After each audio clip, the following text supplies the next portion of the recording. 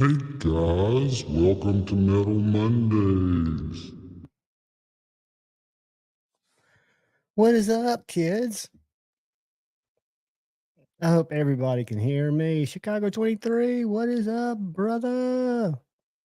We got Marco in here, channel member. We got Space Ghost in here, channel member. Let's start at the top. I know y'all been in here chatting. I know Rob's still live, so I'm gonna be live for a while. Y'all thumbs up me if you can hear me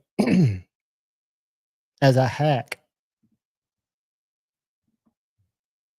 Chris Warris, what is up, channel member, brother? Richard, what is up, my man? You lurk away. I need to give you some mod status anyway. That was a rhyme. That grants you temporary protection from Shane if he comes in here and goes ban happy. Air Salt, channel member, what is up, brother? We got little Palmer Conley in here. Young man, welcome, welcome. We have got Demonok, channel member, welcome, my friend. Good to see you. I know Monday nights are tough for people, but it's the Monday of Blade Show week. So we'll talk about that in a second. Joe Isabella, he was in here early. Channel member, what is up, brother? Give me fuel, give me fire, give me anything but Reva McIntyre. That's just me. I don't know. I'm not a hater. I respect her talent, respect her voice. T Fetch, what is up? All right, I think I've hit everybody. And we'll be here for a while. Dan, what is up? Channel member Miranda is in the house. What is going on, Rainey? We've got brother Paul Mills. Good to see you, my man. Who did I just pass that wasn't a mod? Dan and Miranda. Hold on, guys. This will protect you from Shane, and it'll let you share links. With great power comes great responsibility. Use it wisely, but feel free to promote anything you got, and feel free to retaliate if Edgy American comes in and bans you. Well, he won't ban you. He'll just put you in timeout. That's his term of endearment. That's kind of like him coming in and giving you a hug. But if you've got a wrench, I don't think he can do that. So we will see. We will see. So let me ask you this. My Blade show's kind of whack this year. I'm going to be going in one day, Saturday. I'll be there all day. But is anybody getting ready for Blade Show this week? I usually roll in on Thursday, meet up with some people, rally on Friday, Saturday, Sunday, and then come back on Monday. This year will be my first year just kind of doing an in and out Saturday deal. But the beauty of that is my buddy Dark Gravity gets to go to his first Blade over there. We get to go to it together. So it'll be awesome. What's up, Richard Kasner? Good to see you, my man. I'm gonna go live Friday night because I'll still be in town, and then Saturday we're supposed to have an off the edge light, or we're scheduled for an off the edge. But I know Lefty is going to be at Blade Show. I will be getting back Saturday night. I don't know what time, so I'll probably go live not from Blade Show, but Friday before Blade Show and Saturday after Blade Show for me. But I'm sure I know.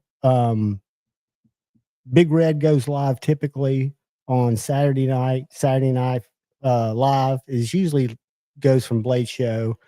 And if Justin's still there, he may go Sunday, but I'm not sure. What's up, Double D? But I'm planning.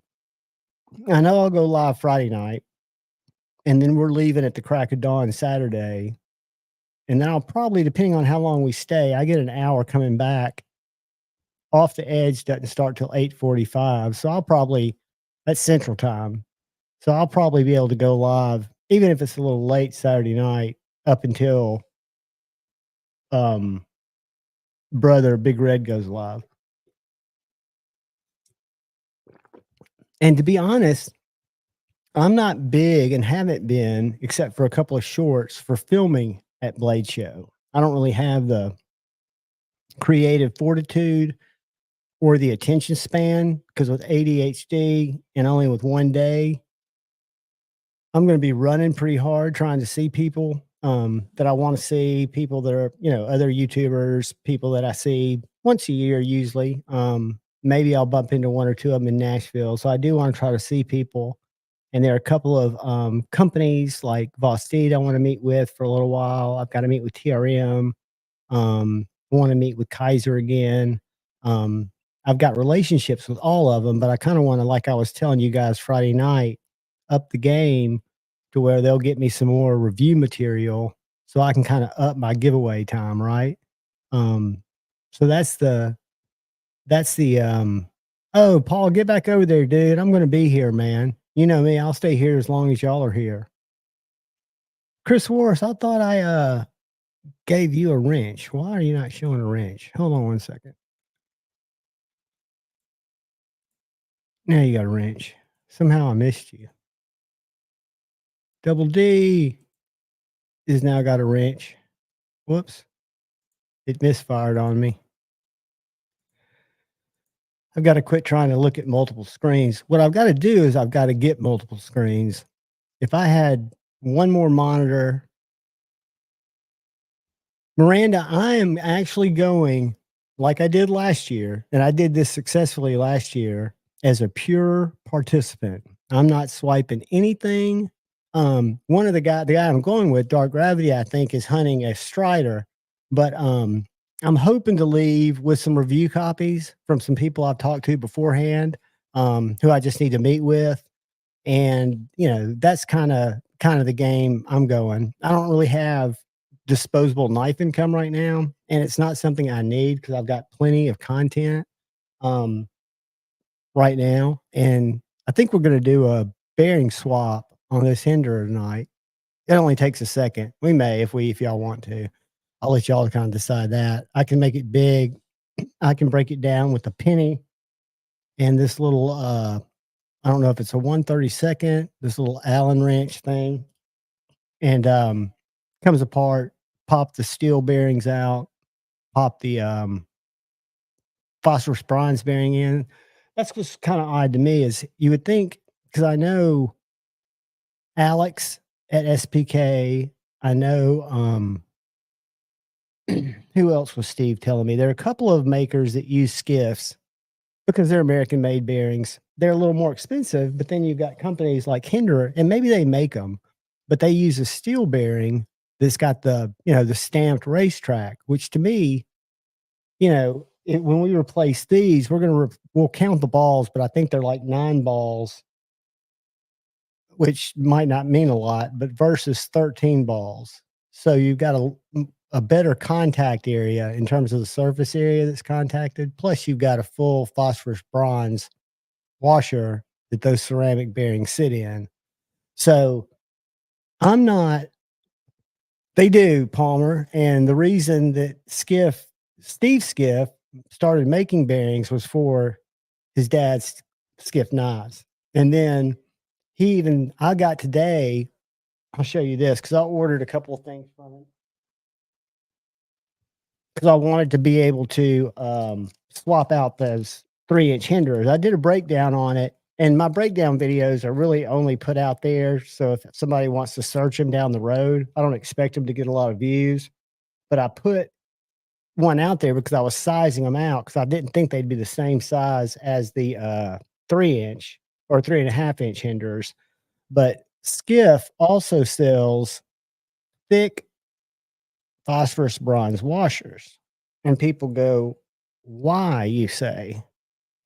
Well, this small little washer I could put in my Kaiser Veritas, and I could be running it on a phosphorus bronze, exactly sized with the same thickness washer. So some people like a washer feel. I actually do on some knives, and I like to play with the feel.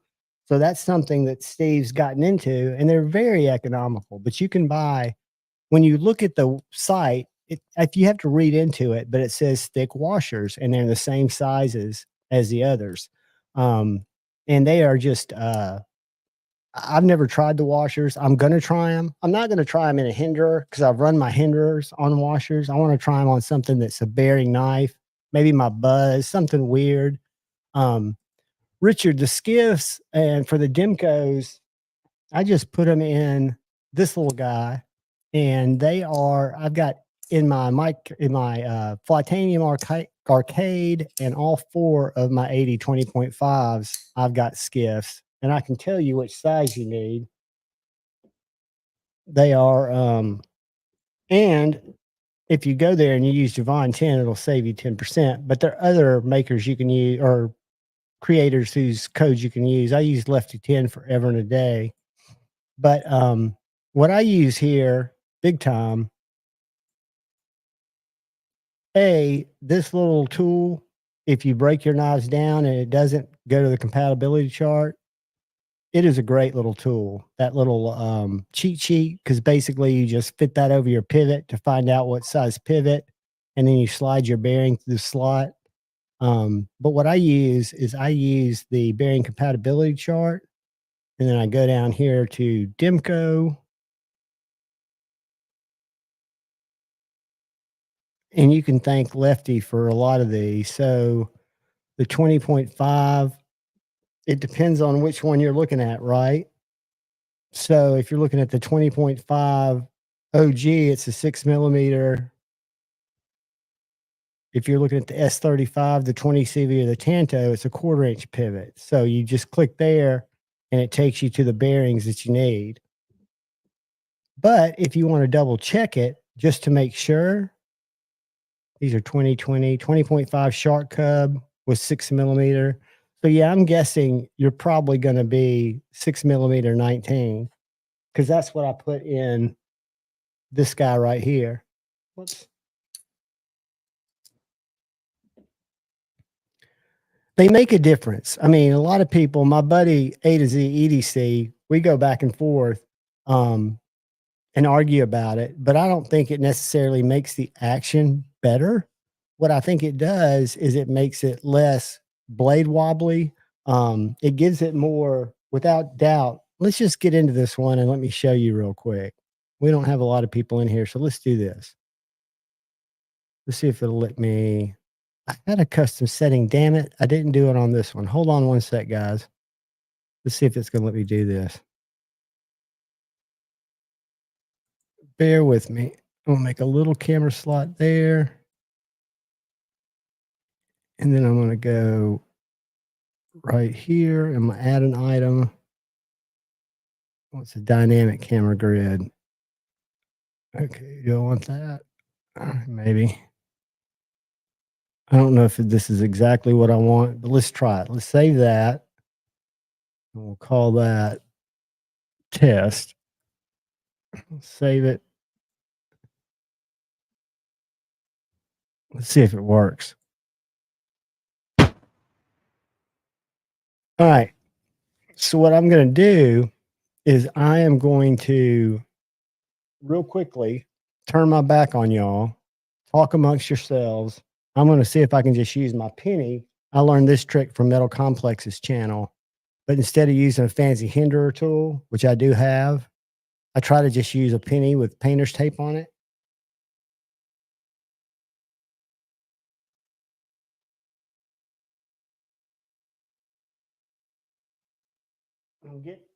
I'm getting a little walkage, so I'm going to have to stick this in this side right here and hold it with my fingers.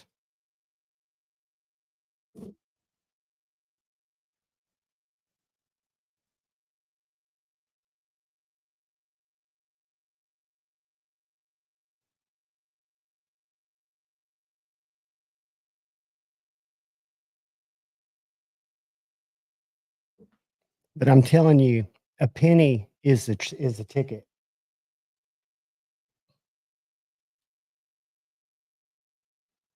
You don't have to fumble with it.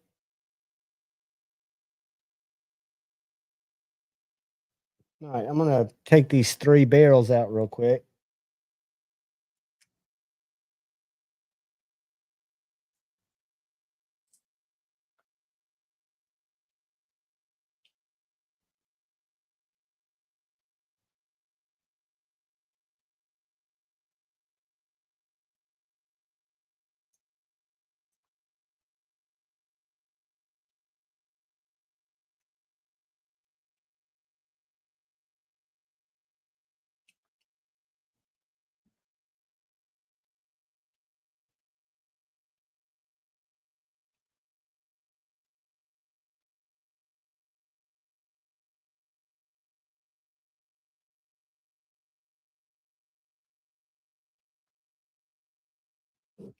All right.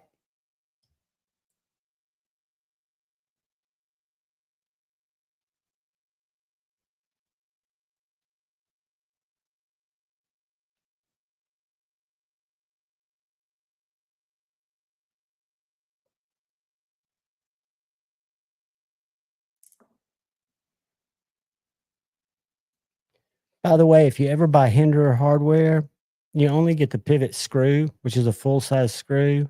Each of the back sides are kind of specific to the knife, just FYI.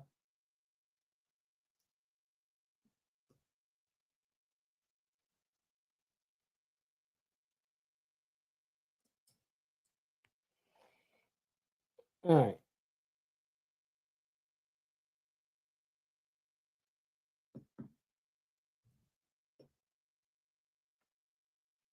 So this is what we've got. We've got these little stamped steel ball bearings with 1, 2, 3, 4, 5, 6, 7, 8, 9, 9 balls.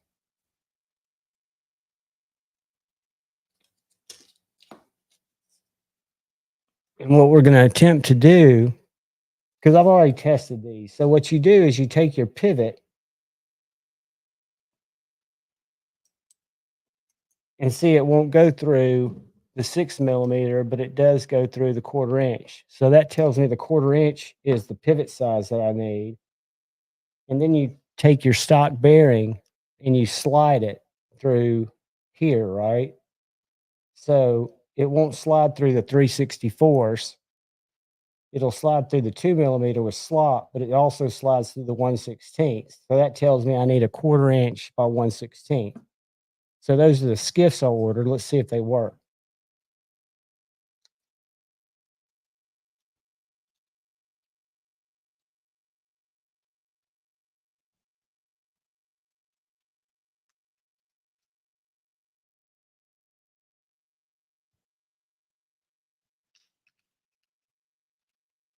I just kind of smooge a little KPL in my fingers.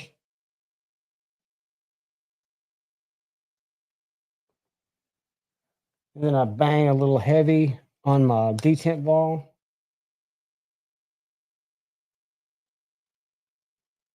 Normally, I would clean it up real good, but since we're in a rush and I'm doing this live, I'm not going to worry about it.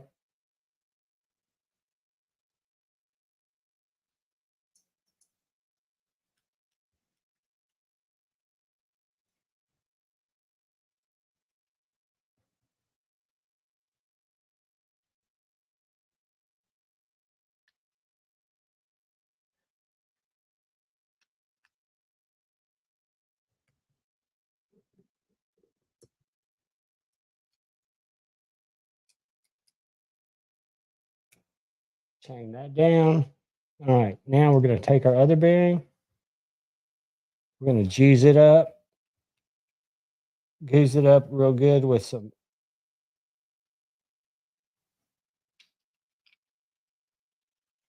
KPL. And the tricky part's getting these 3 Chicago screws to hold in place with your fingers while you drop it in. So we're not in the clear yet. All right.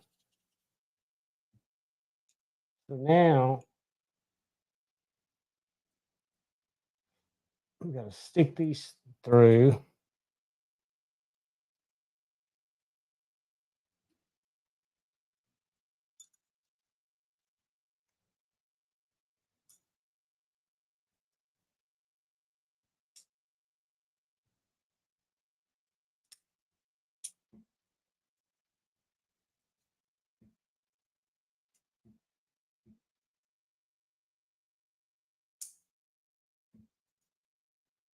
All right.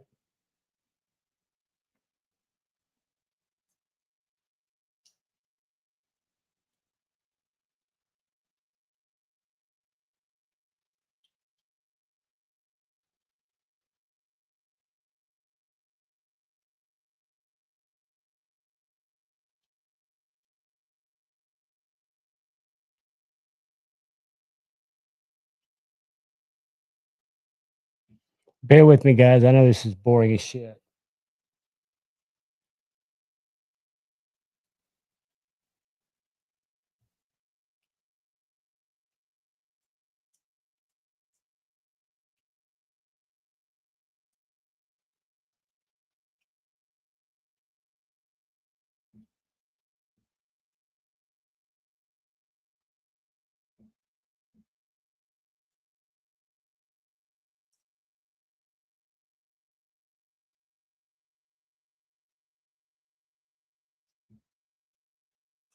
All right.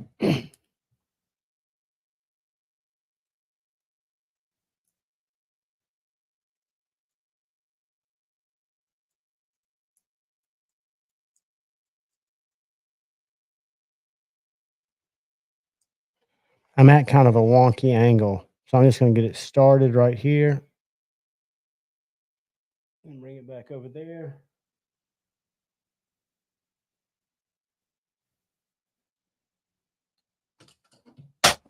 Uh-oh.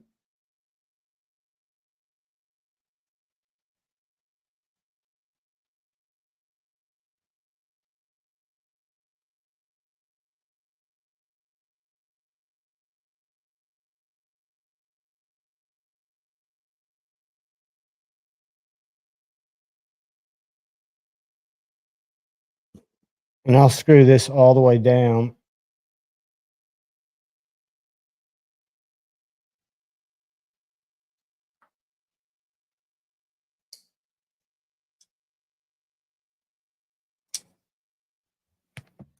Let me grab a rag.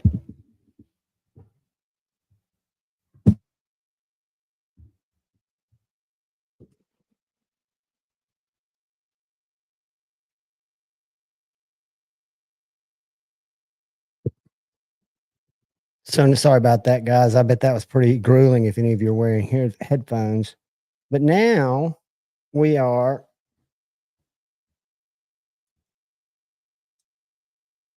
dead nut centered, as tight as it'll go, drop shut. Whoops. And those bearings haven't even broken in. They just came out of the bag. So if you've got a 3-inch Hinder XM18, and I'll go put these steel bearings in my tri-way bag with my phosphorus brines and my other ones. But yeah, I'm a big fan of skiff upgrades. So we just did that live, guys. Let's get out of this view.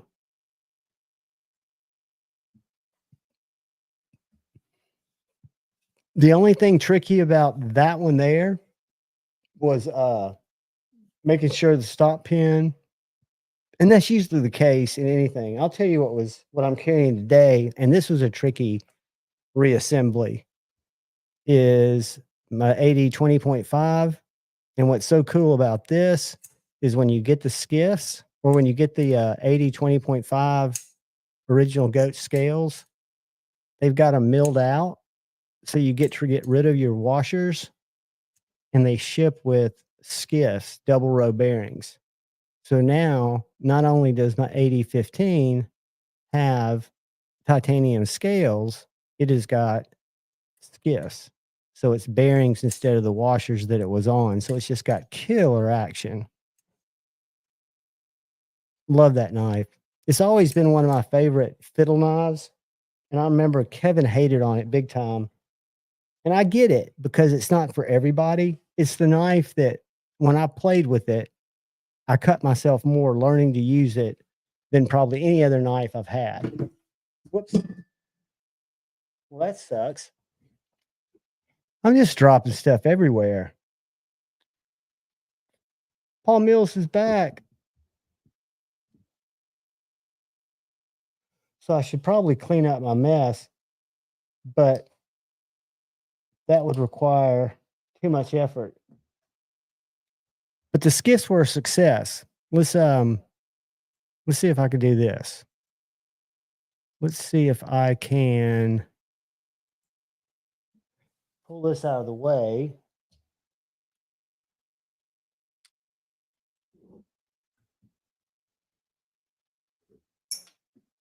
just to get some good knife views.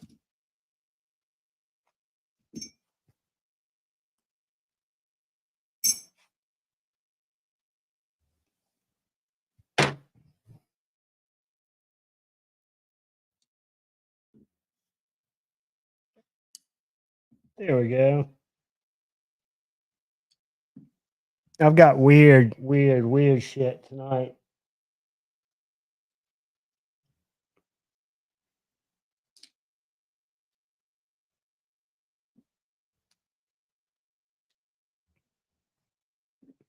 Some odd stuff.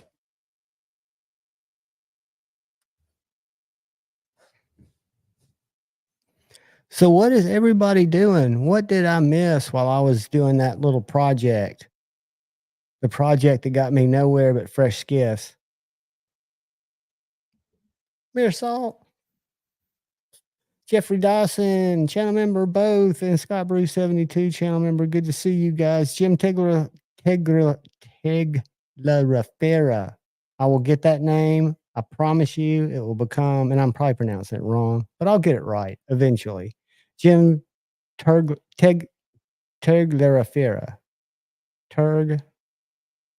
Diafera.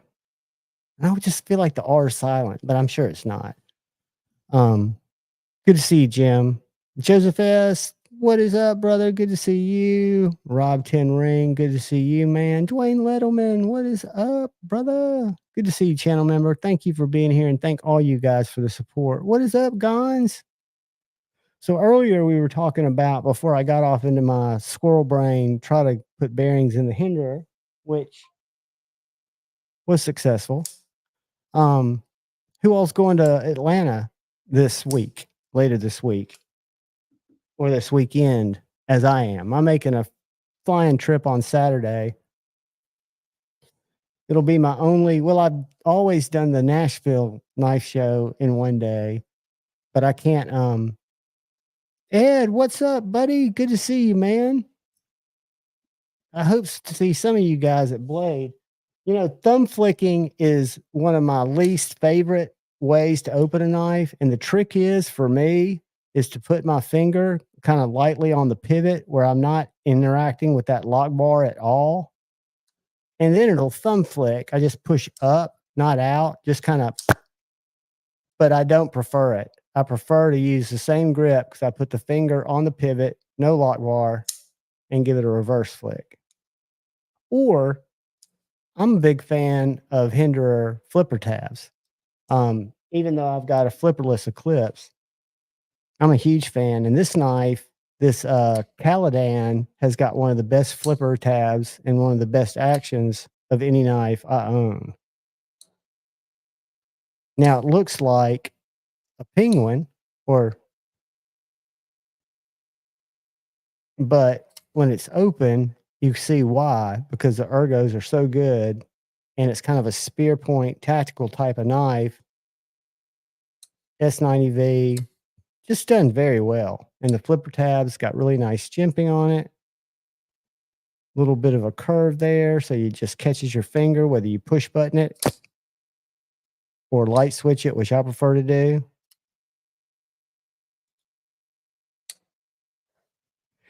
It can be demonic. They can definitely be assholes. Now, the one thing I like about hinderers is, or at least in my experience that I've noticed, is I've been able to break them down and tune them up if I've needed to. And the great news is, I didn't tell this story and I didn't film it since I did it live. But when I was putting this back together, somehow one of these screws, these little Chicago screws, must have had a weakness, because I wasn't tweaking it down. I never tweak my hardware, but the head twisted off. I was like, well, shit, that sucks. So I put a little Loctite on it, stuck it in there just so it wouldn't fall out, put it back in my case. And I reached out, I called the shop, the Hinderer shop, and I told them what happened. And they're like, hey man, what's your address? You know, just shoot me an email. I'll get you one out today. And that was Friday. Today, Monday, I had that little barrel show up in a padded envelope from Hinderer. No questions, no cost, no nothing. I thought it was killer customer service. I always hear the bad, so I want to share the good when it happens.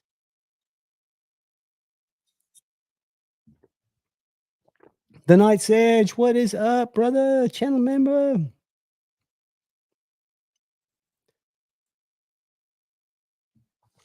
Paul, you should be thinking about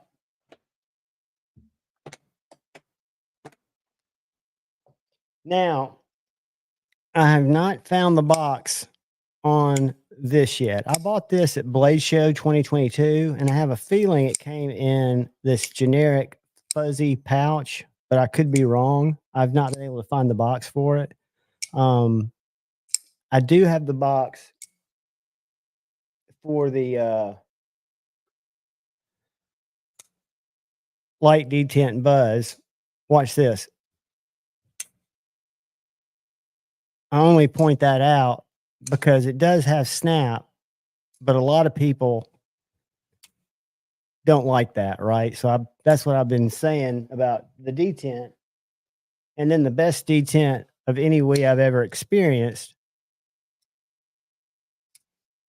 is this guy right here. Listen to this.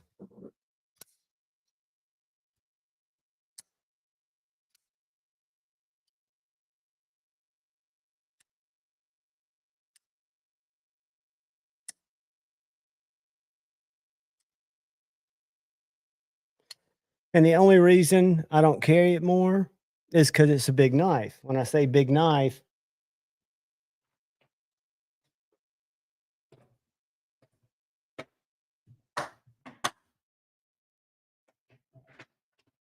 well, let's look at it next to my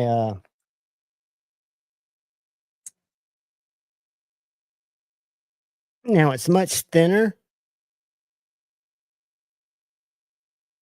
It's a very thin knife, but it's a big knife,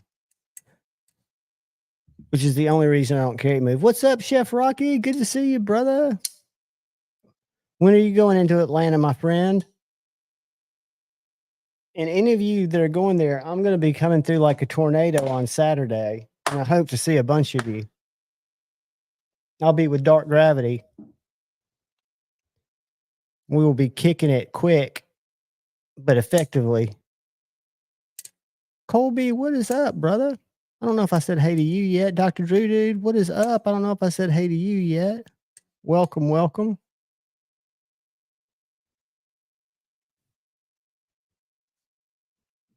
So I hope some of you guys get to go.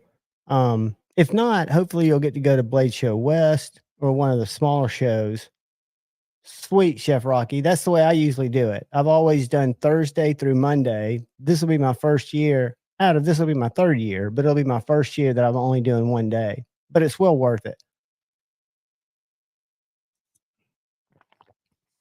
Because it'll get Dark Gravity to his first show. So I'm stoked about that. He is going to love it. We definitely need to rally up on Saturday, buddy. What I'm going to miss, and I don't drink, so I'm not like going to miss not drinking, but I miss hanging out in the pit after the show, like at 5:30, 6, after people get back from eating. It's just a great hang. You know, it's where you meet everybody, where you see everybody. It's just fantastic. What's up, Anthony? Good to see you, brother. Happy birthday, man.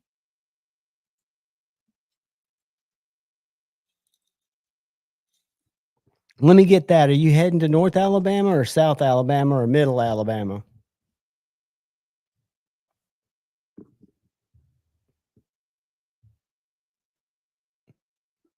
Yeah, like Barry said, feel free to hit the likes. I don't politic for likes, but they are appreciated. Evidently they help the algorithm. And I've got to make better videos.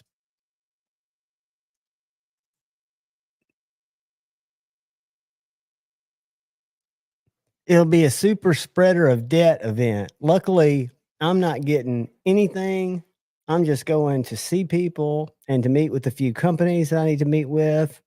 And then, you know, in and out. But I do want to see a lot of things. Do want to see a lot of people, but we'll be sad that I'm not staying over and I'm not going to get to spend some time to go out and eat and hang out like last year and the year before. We do breakfast every morning with the group. We'd have a different group. I got you, Chris. I'm on the other end of the state.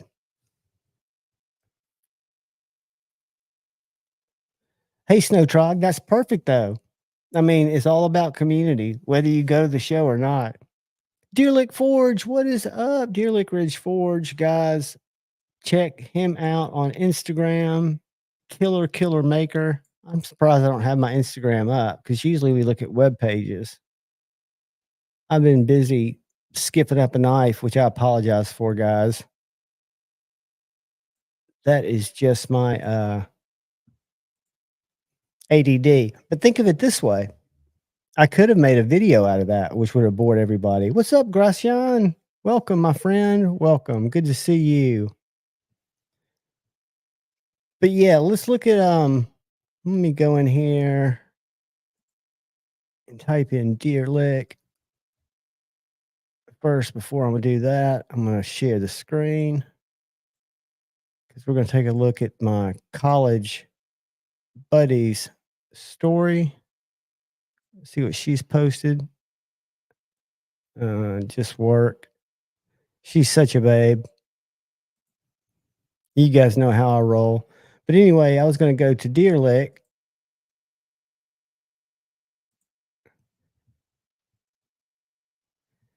And check out, are y'all seeing this? There you go. Check out these traditionals.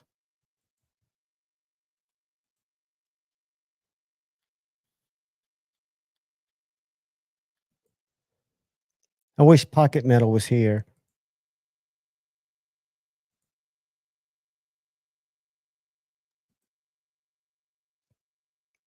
And he will be at Blade Show, guys. So when you're walking around, go by and check out the tolerances in his knives. Feel one. If you like traditional USA made knives, made the way that your grandpappy would have had them made, definitely stop by his booth. Where is your booth, Dear Lick? I need to go to the show page. Let me find it. Hold on. It's 51 Productions, right? Productions.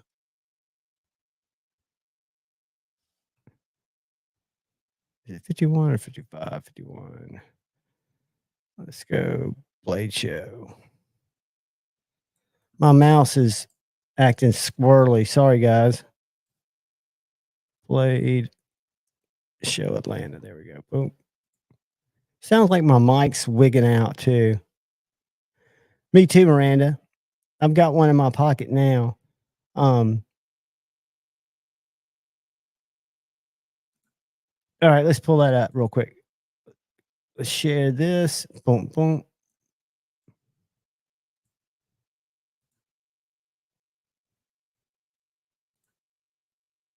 Oh, I didn't see it on there. I saw that.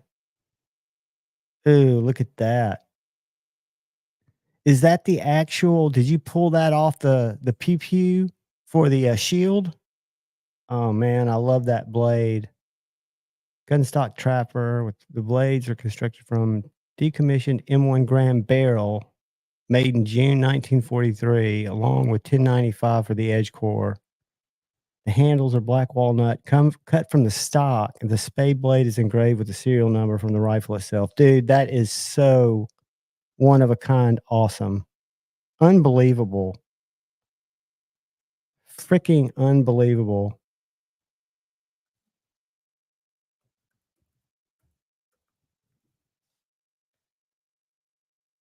Yeah, man. A fellow Alabamian, not too far from kind of between where Shane and I live. And you guys need to, I'm going to drop the link in the chat. Boom. Why is my mouse? I hate to have to go to my pad. I mean, I hate it. I feel like an infant using it. Delaney, what's up, brother? But it's worth it to get this link posted. Hanging good, my man. We are kicking it like a banning ninja in heat. It is all good. I'm waiting for Tippy to come back. I've got a possum that's been hanging out quite a bit, a little juvenile possum. I'd call him a teenager. He usually comes by. He's kind of gotten into cat food. And we've got this cat that lives up the street with a questionable chick and her mom, and he comes down and hangs sometime. And I've got a big ass coyote that's been coming around. So I've got my pew right here, just in case I need to walk out and intervene in a Tippy coyote dispute. Tippy will let me know. She knows. She's got a signal. We've got a safe word and a troubled word. But yeah, guys, go see Deer Lick Forge. My mouse is not working no matter what. So I'm gonna have to go to my that's gonna make me a lot less productive because I wanted to do is look at some stuff coming in because I know DLT is heading to Nashville. Let's see what they got to show.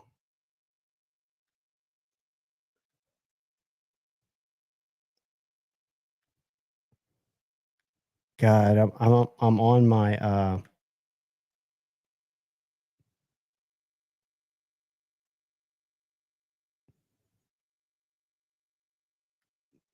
so I guess they're gonna be, I don't know where their booth will be, but I'll find it. Excuse me, guys. I should have muted before I coughed and blew your ears out. But GP Knives is usually there. I like to look at what's come in, what their new shit is.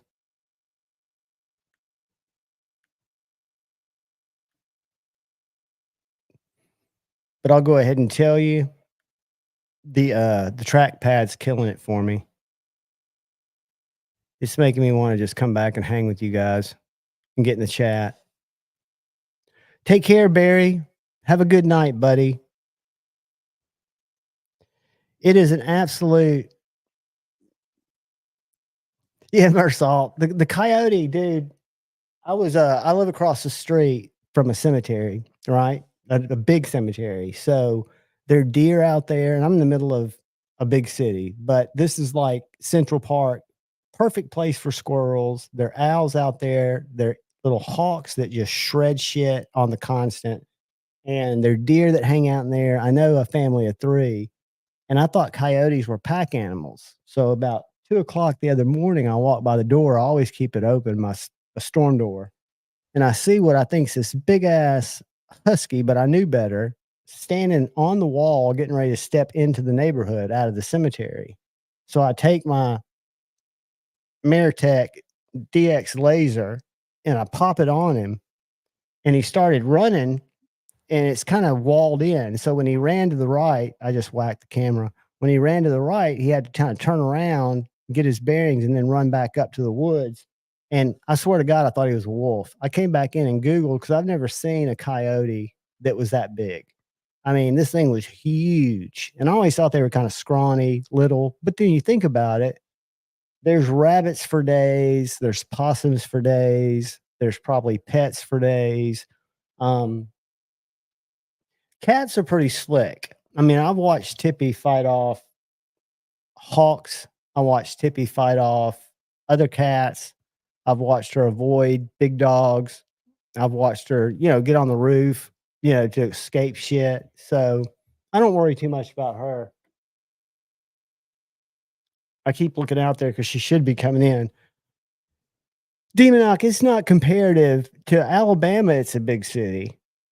And when I say big, I think of both population and commerce, right?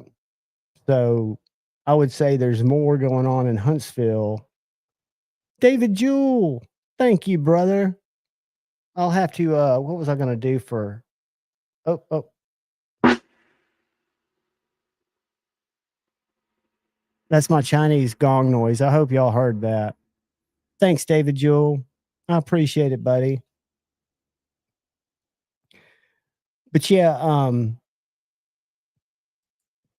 Paul, I will check when I go to Blade because that's usually where you find them. Oh yeah, definitely Demonoc. I don't doubt that for a second. For a second. I don't have what I've got is a P355, which is a 22 PPU, and my buddy who I go out and pew pew with has a can for it. And that's really what I need because it's got a threaded, whichever you call it, and you thread it on the end. And then you could be, because I've got a Benjamin air rifle, 22 caliber, that could put a freaking hurt on one of those. Love to you, Rocky. I will see you Saturday, buddy. I will track you down.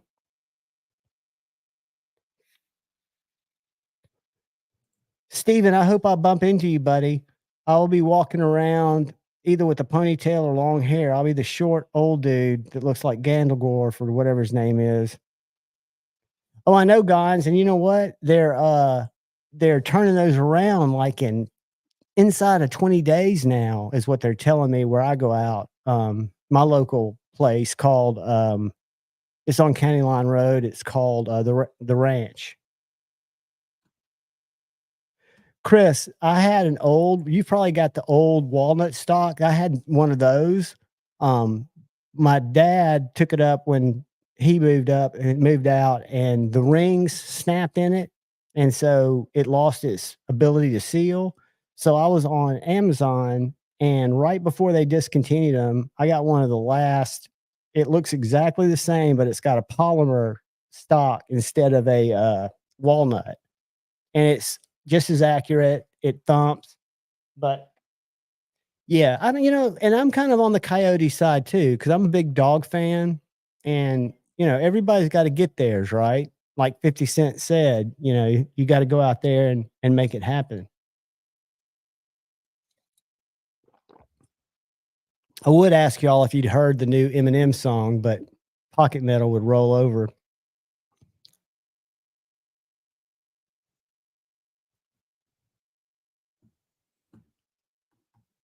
Delaney, what part of the country are you in, buddy?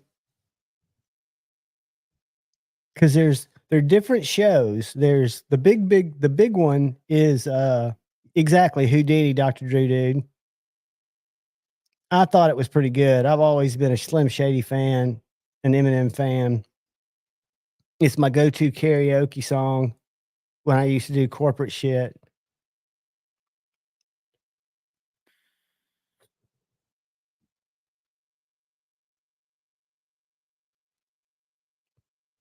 It is probably true, Colby. You're in the Nashville area. So I go to the Nashville Custom Knife Show every November. A great show. I meet and talk to Andrew Demko there, talk to Greg Medford there, talk to David at ProTech there. All of your main players. That's where I met Michael Zeba. Just some really cool, and it's a small show, so you have access to people. That's a show I'd recommend. And then Blade Show in Atlanta is this coming weekend. And you can drive in Friday or Saturday and pick up a ticket. You can't get an early bird ticket anymore, but if you want to go and just check it out, right? It's a great drive. I agree, Pocket Metal. I was just throwing names out, my friend. I was just throwing names out of people that you can see at Nashville that you have access to. But you don't. Rick Hinder doesn't go there, but the Microtech team goes. TRM goes. A lot of traditional makers. That's where I first met Dark Gravity, and we started going together. And he knows a lot of the people that are in a lot of the traditional knife maker magazines. These guys are in their 70s, 80s, and they've got just killer collections, and they sell killer knives that are handmade. Again, Deerlick Forge, Pocket Metal. Did you see these knives? I want to show you one if you're in here still, and feel free to jump in here, brother. You got the back door, but this is the guy that's over in Alabama, but he took apart this old M1 Grand that had been decommissioned, and he made this little trapper out of it using the stock walnut for the handles, using the barrel blade and 1095 for the edge core, and on this spade blade is engraved with a serial number from the rifle. How cool is that?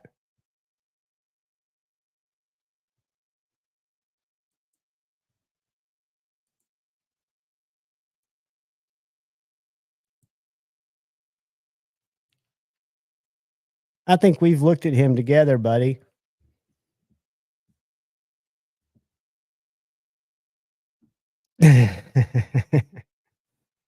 I'm trying to abide by all rules. There are none on the table, but I did slip when he told me where he lived. Was I sharing that? Did y'all see that?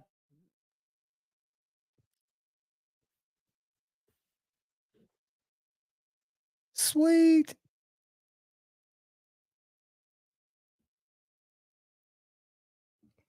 Yeah, the slippy I got out here tonight's kind of a weird one. I've got my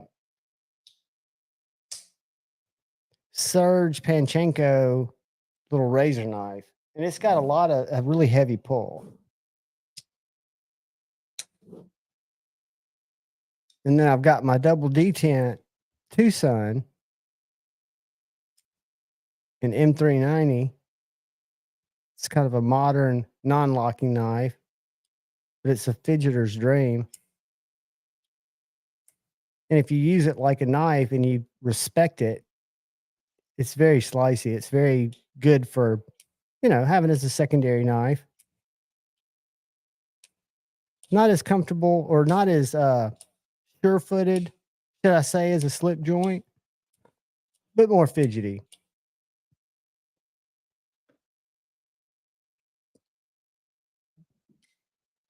And then I've got my Concept bulldozer out here that I traded Dark Gravity with. I had 2 Ace Grands, and I really wanted to try this knife when it came out. Whoops. You can't really tell, but this one has a Timascus pivot collar and a Timascus clip. It's the really only Timascus I own, but it's got great action. Front flipper, real tall, slicey 20 CV blade. And it's got enough blade exposed to where you can easily middle finger flick it. You could probably thumb flick it too, but I don't have thumb dexterity. Dan Steele. Yeah, double detents rock. What's the name of that Tucson? Let me pull it up for you because I always forget. They have 2 of them. I've got them both. One of them's a Bowie blade that's an S90V that I like better, but they're made by the same designer. They're both Tucsons.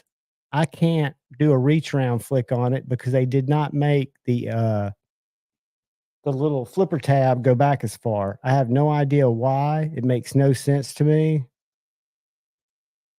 But there's that. So the one I would recommend is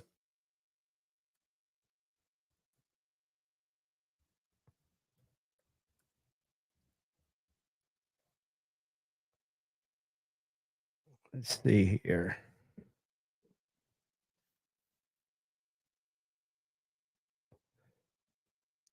I probably need to go slip joint. Hold on.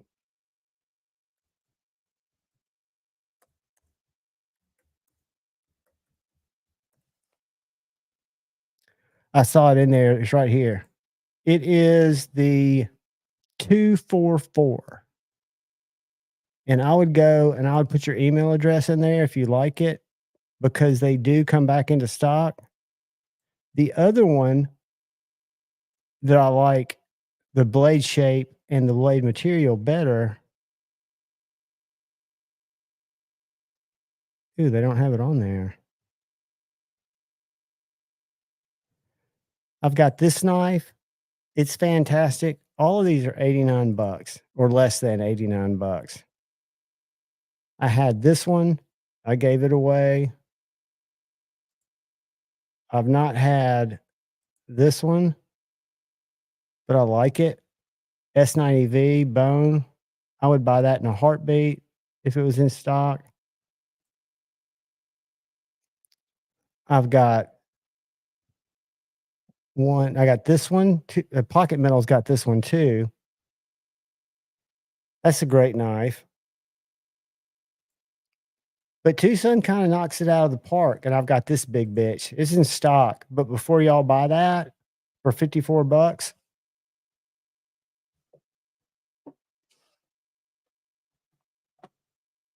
let me share something with you.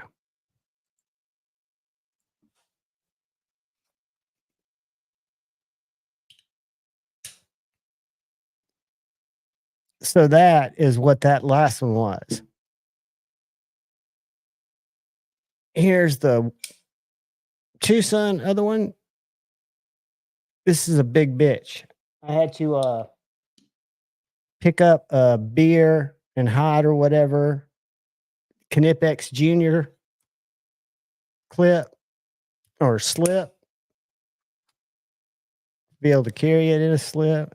But on the upside,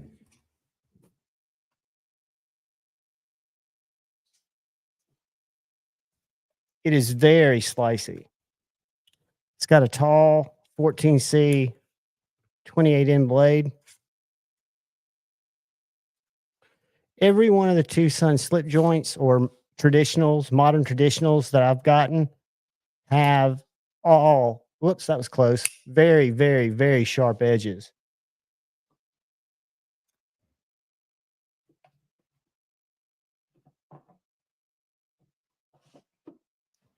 But yeah, I will speak up for every Tucson I've purchased from White Mountain Knives are awesome.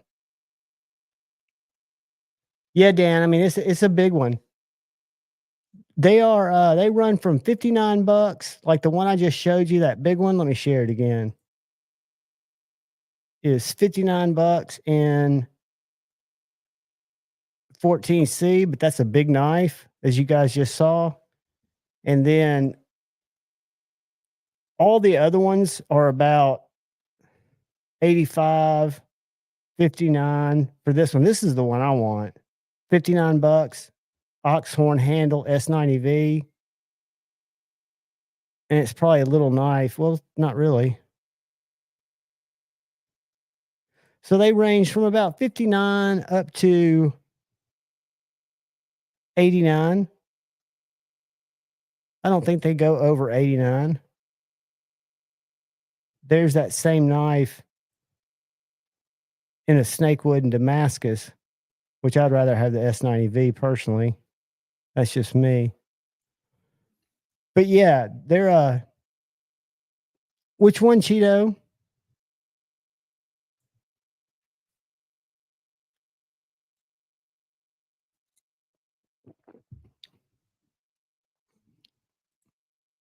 Sorry about that, guys. I just gulped on you.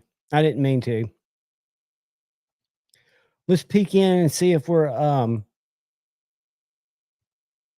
are live on Facebook to 0 viewers. Usually we are. Usually we go live at the same time on Twitter, so we'll try that first. X. We'll call it X. My fucking mouse. God, that's frustrating.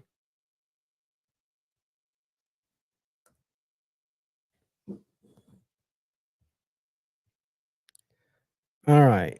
So let's share the stream. Boom. Guys, and I'm hobbled. I apologize. I'm so trackpad illiterate. Let's go to. We're streaming on Twitter. We're live. Let's go and check Facebook.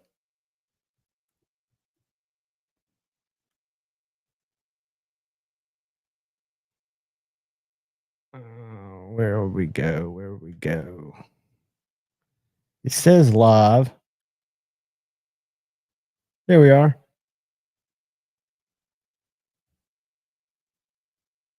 So we're also live on Facebook.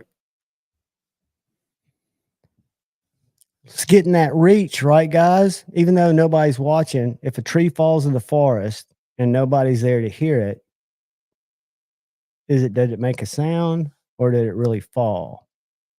I think both could be debatable. If it didn't make a sound, it's probably because it didn't fall. Pocket Metal has been working. I wish he'd jump up here. He's got keys to the door. This is my Leatherman Charge Plus. I don't know if y'all seen one of these. They make them with both the G10 handle, which is the one I got, and then I picked up this pocket clip off Amazon that clicks in.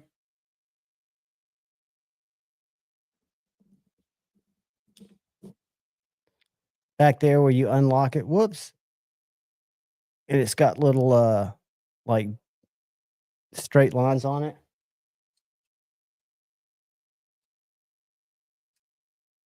But I've never been much of a multi-tool guy. However, I've really found myself using this mainly for, of course, the pliers. But what I really like about it, if I can close it without pinching the ever-living Jesus out of myself, you've got these one-handed opening the rescue tool, which I'll hopefully never need. But then you've got this little blade, this in 14C, that I'll hopefully never use. And you've got this file, which to me, this side feels like a diamond file that you could sharpen a knife on. And this side's really kind of gritty, like for a wood file. But what I like about it, and the reason I picked this one, because I've also got a skeletal, but the little bit deal. Because I've got a little bit holder that carries all my bits and a little ratchet. So my little ratchet will slide in the ass end of my dealio. And then I've got a ratcheting bit. Or I've got a plethora of bits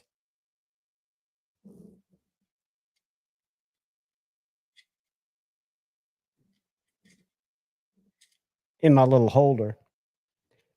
So from somebody who was never a multi-tool guy, I've kind of come to appreciate it and kind of dig it. I like having it in my Palmer. That's a good question. I don't know whose turns. I mean, I'm sure there are a lot of people that are capable. Why is my freaking mouse? Hold on, guys. I'm going to try something. Whoops. Well, it's doing something.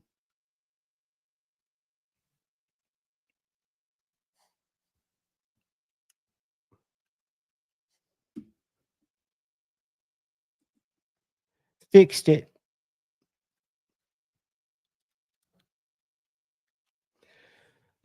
I know what we're missing.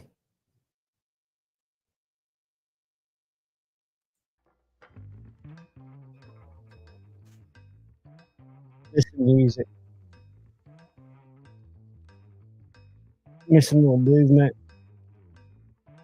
Movement back here with some creepy. Let's do this.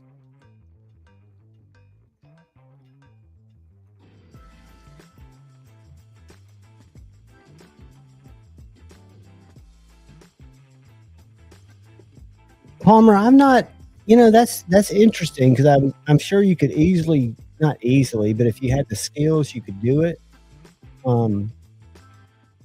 However, like I know Richie and Lindy could do it. I just don't know how economical it would be. And depending on what the scale material was, if it would hold up, right? Like, for example,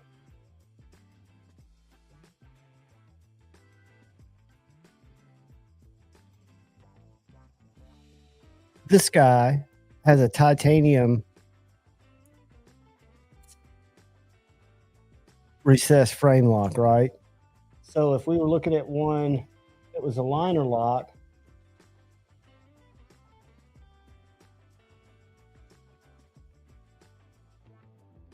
it would depend on how thick the liner was, I would think, or the scale if it didn't have liners.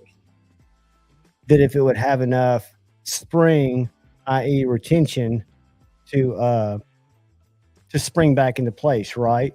Because that's what gives your frame lock. It's that relief cut. So I don't know who does it, and I think it would I would just buy a frame lock or live with my liner lock. And I'm a big fan of liner locks because they don't impede your flick. I'm also a big fan in frame locks, which I don't spine whack ever because it's ridiculous. Because your hand, if you're holding the knife, even if you're holding it and whacking it backwards, you're keeping it locked up by the grip. It's just part of the overall design of the lock. You can Google Chris Reeves integral lock. He allegedly was the first one to use it. Okay, so I could see that because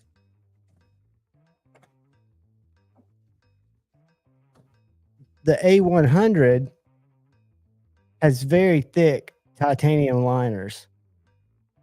So you could probably get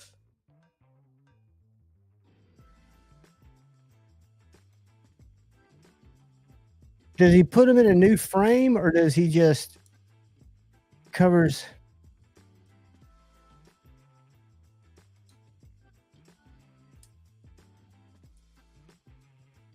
Interesting. Arkansas, what is up? My brother, Arkansas EDC. Good to see you, buddy. He lives where my ex-wife hails from, or her family lived before they came down here. I like them, Dr. Drew Dude. I'll tell you where I really like them. This is on washers. So this is not by any means an action or action tune knife, but the Vosteed Taurus, let me pull it up, has thumb discs. My buddy's borrowing it right now, checking it out, A to Z, but I love them. And it's a modern folder on bearings. They've also got a PSYOP budget now too, or a mini. See that? That's the PSYOP mini. But if we go to new,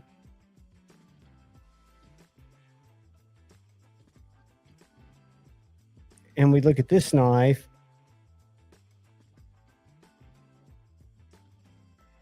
this one right here is a great thumb disc on a bar lock that has just a wicked place for your thumb to rest right on top of the thumb disc and end on that poon. And then you've got this choil.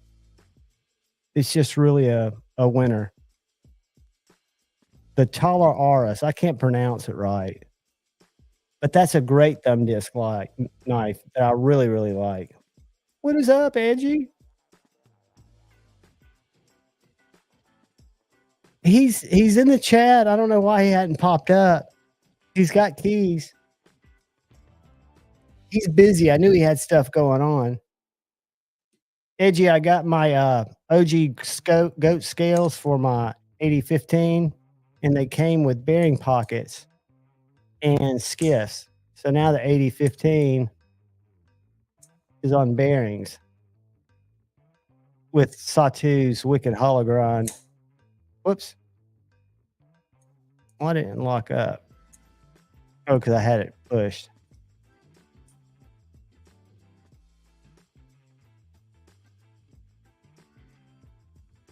How was I holding that? There we go.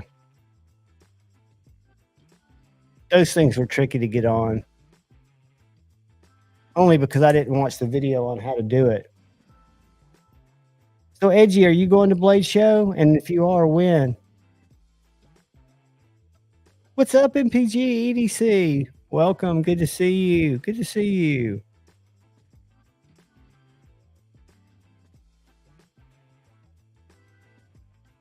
I'm going to be making a flying trip in on Saturday. Yeah, let me tell you something, dude. I ordered those in November. I take that back. I ordered them early January. It wasn't November.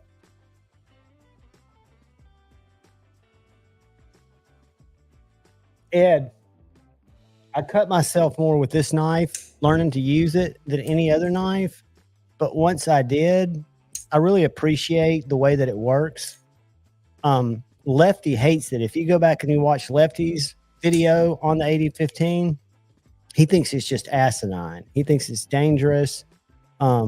However, I love it. I love the Scorpion lock. I'm a huge fan. I think that's an MX gear clip on it. This was black and black. I kept the G10 scale, the liner, because this titanium scale, what they were waiting on to get them to me were they have a special size washer that goes in the pivot to make the skiff double row bearing fit right. And it fits perfectly because it's locked up like a tank. Dead nut centered. And they're just machined beautifully. I mean, they took a long time to get here, but I was waiting for the washers and they communicated it the whole time. Hold on, guys. I'm diving. I'm submarining down here for my vape.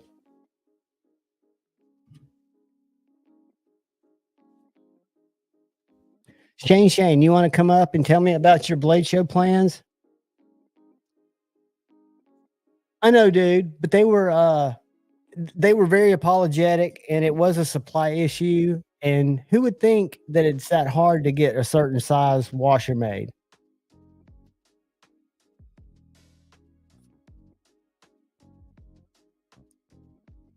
Delaney, they're supposed to be sending me a code. Supposedly I've got, if you use the word Javon, it saves you 15%, but I haven't gotten the thing that they said they were going to send me yet. Totally agree. Love him to death, but he is, it was a funny video. Let me see if I can find it. That would almost be worth having a reaction fun time looking at because it was so.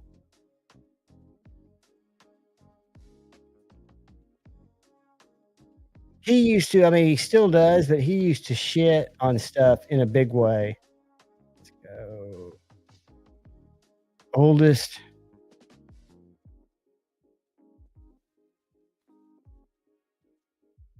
This is good shit right here.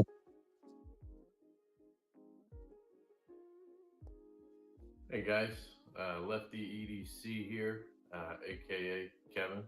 I just want to do a quick kind of introduction to the channel, let you guys know why I started it, what I'm planning to do, what you should expect, that kind of thing. So first, my name's Kevin, from the Philadelphia area. I have a lovely family, wife, beautiful 5-month-old daughter. I love to death, and I'm into knives. I'm into gear, EDC, and I've been on Instagram for. So that's old school, right? It wasn't long after that.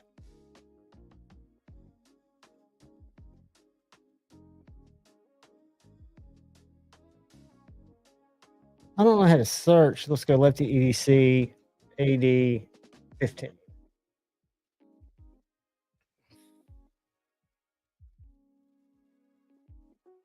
No, see, it doesn't pull up.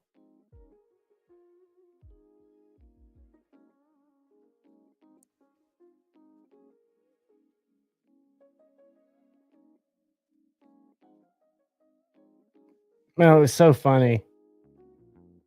Why does it pull up shit like that that I'm not even searching for?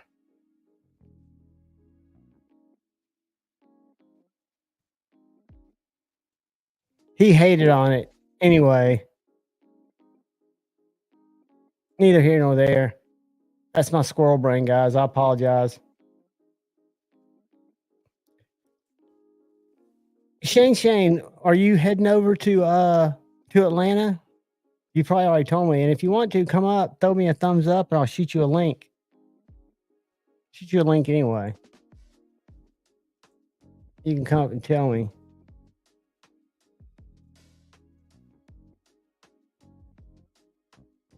Where is Shane?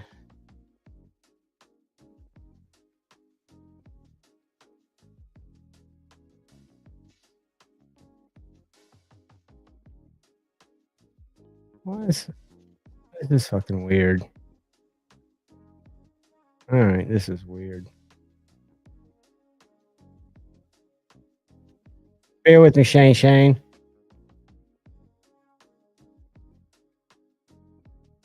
Have you gotten banned on there you are. No account found. There you are.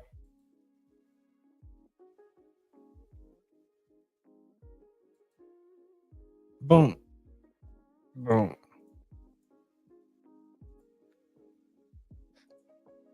Night tea fetch. Thursday through Monday, sweet buddy. I'll be flying in with Dark Gravity on Saturday. It's the only way I can get him over there. Was to day trip it. It works good for me too. But I'm gonna be running crazy on Saturday. Troy, they were hilarious. My favorite old videos of his were his breakdown videos where he tried to disassemble. Really? Tori, I didn't see that.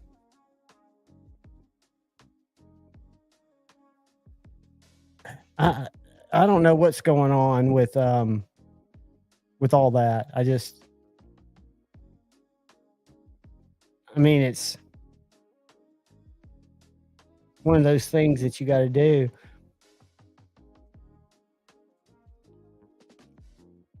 I'll tell you what I'll do real quick. Shamelessly plug. Just so y'all know, if you go to my page, I've got a link tree. And if you go knife shopping, I've got affiliates now with just about everybody that I use, right? Some of them have discount codes. Some of them are just affiliate links, but by no means do you need to use those ever, like none. But if you ever want to, they're there. And I'll leave them in videos, not as much to push you to the links, but to just, if you want to go check it, copy the title and then Google it, you can get in there a different way.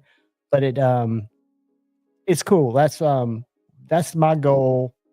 Besides seeing people on Saturday, is to kind of solidify a few relationships with companies that I buy from, that I do business with, to try to get more stuff in to review and to give away to you guys. Kevin Smith and Knives, channel member, what is up, brother? Peace. Good to see you, man. But yeah, I'm stoked. I'm sad that I'm not going to be there at night to hang out in the pit.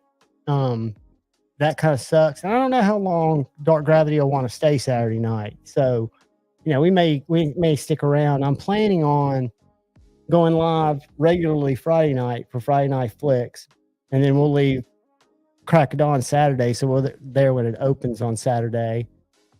And depending on when I get back, it's Lefty and I's week to do Off the Edge. They don't, Paul. It's only videos that typically when I've thought about it, I'm not really good with that. Excuse me, guys, for snotting on the or reverse snotting. But yeah, I'm not really good with that. Never have been. But it's just, you know, they're there, and I feel like the link tree is kind of good. And if you ever go to my Amazon store, everything and a lot of the stuff that I buy from Amazon, from sharpening stuff. I bought my TS Prop there. I buy all kinds of stuff from Amazon because it comes quick. I'm a Prime member, or I was forever. So for me, it just makes sense to get stuff there. So I've got that store with links too, especially for like bits, because like I buy T8s. Let me show you.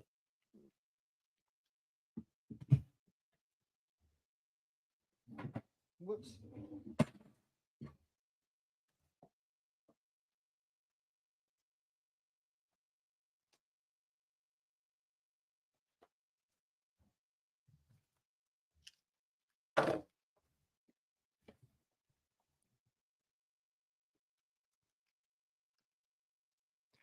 One of the things I learned is fresh bits keep screws from stripping. So I'll buy these Weehaw 30 packs. They're like $12, $13. And I haven't been able to find T6s, but I have been able to find T8s. And I can buy 6 packs of T6s. But so if you go, see if it'll take us there.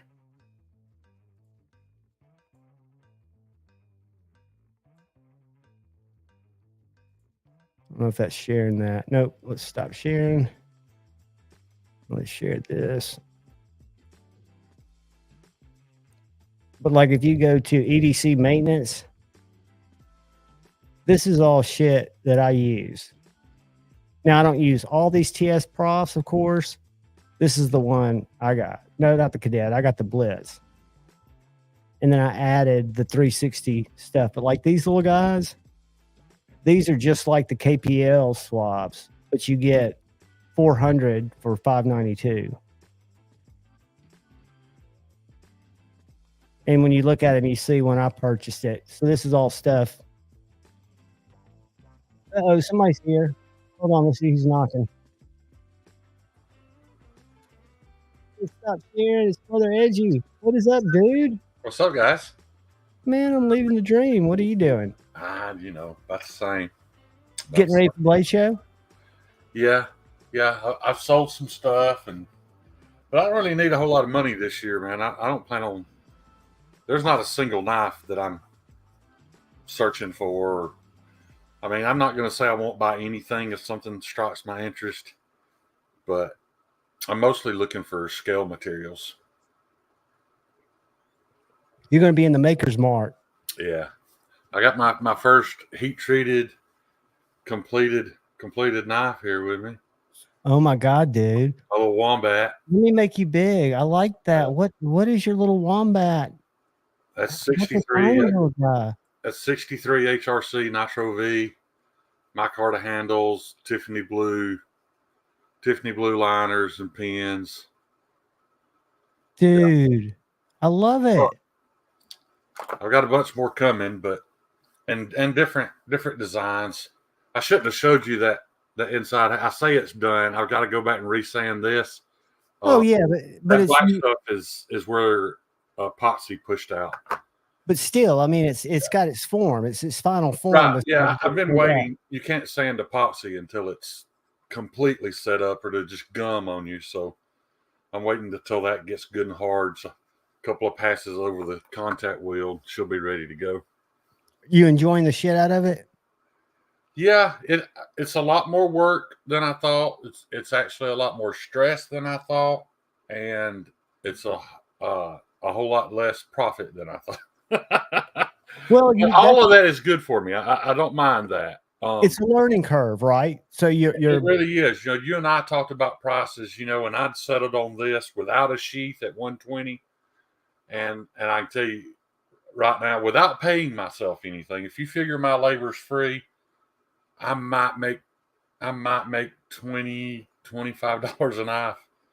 It's ridiculous. And you got hours and hours at each one of those knives. Absolutely. Yeah. So it's not like you're stamping them and going.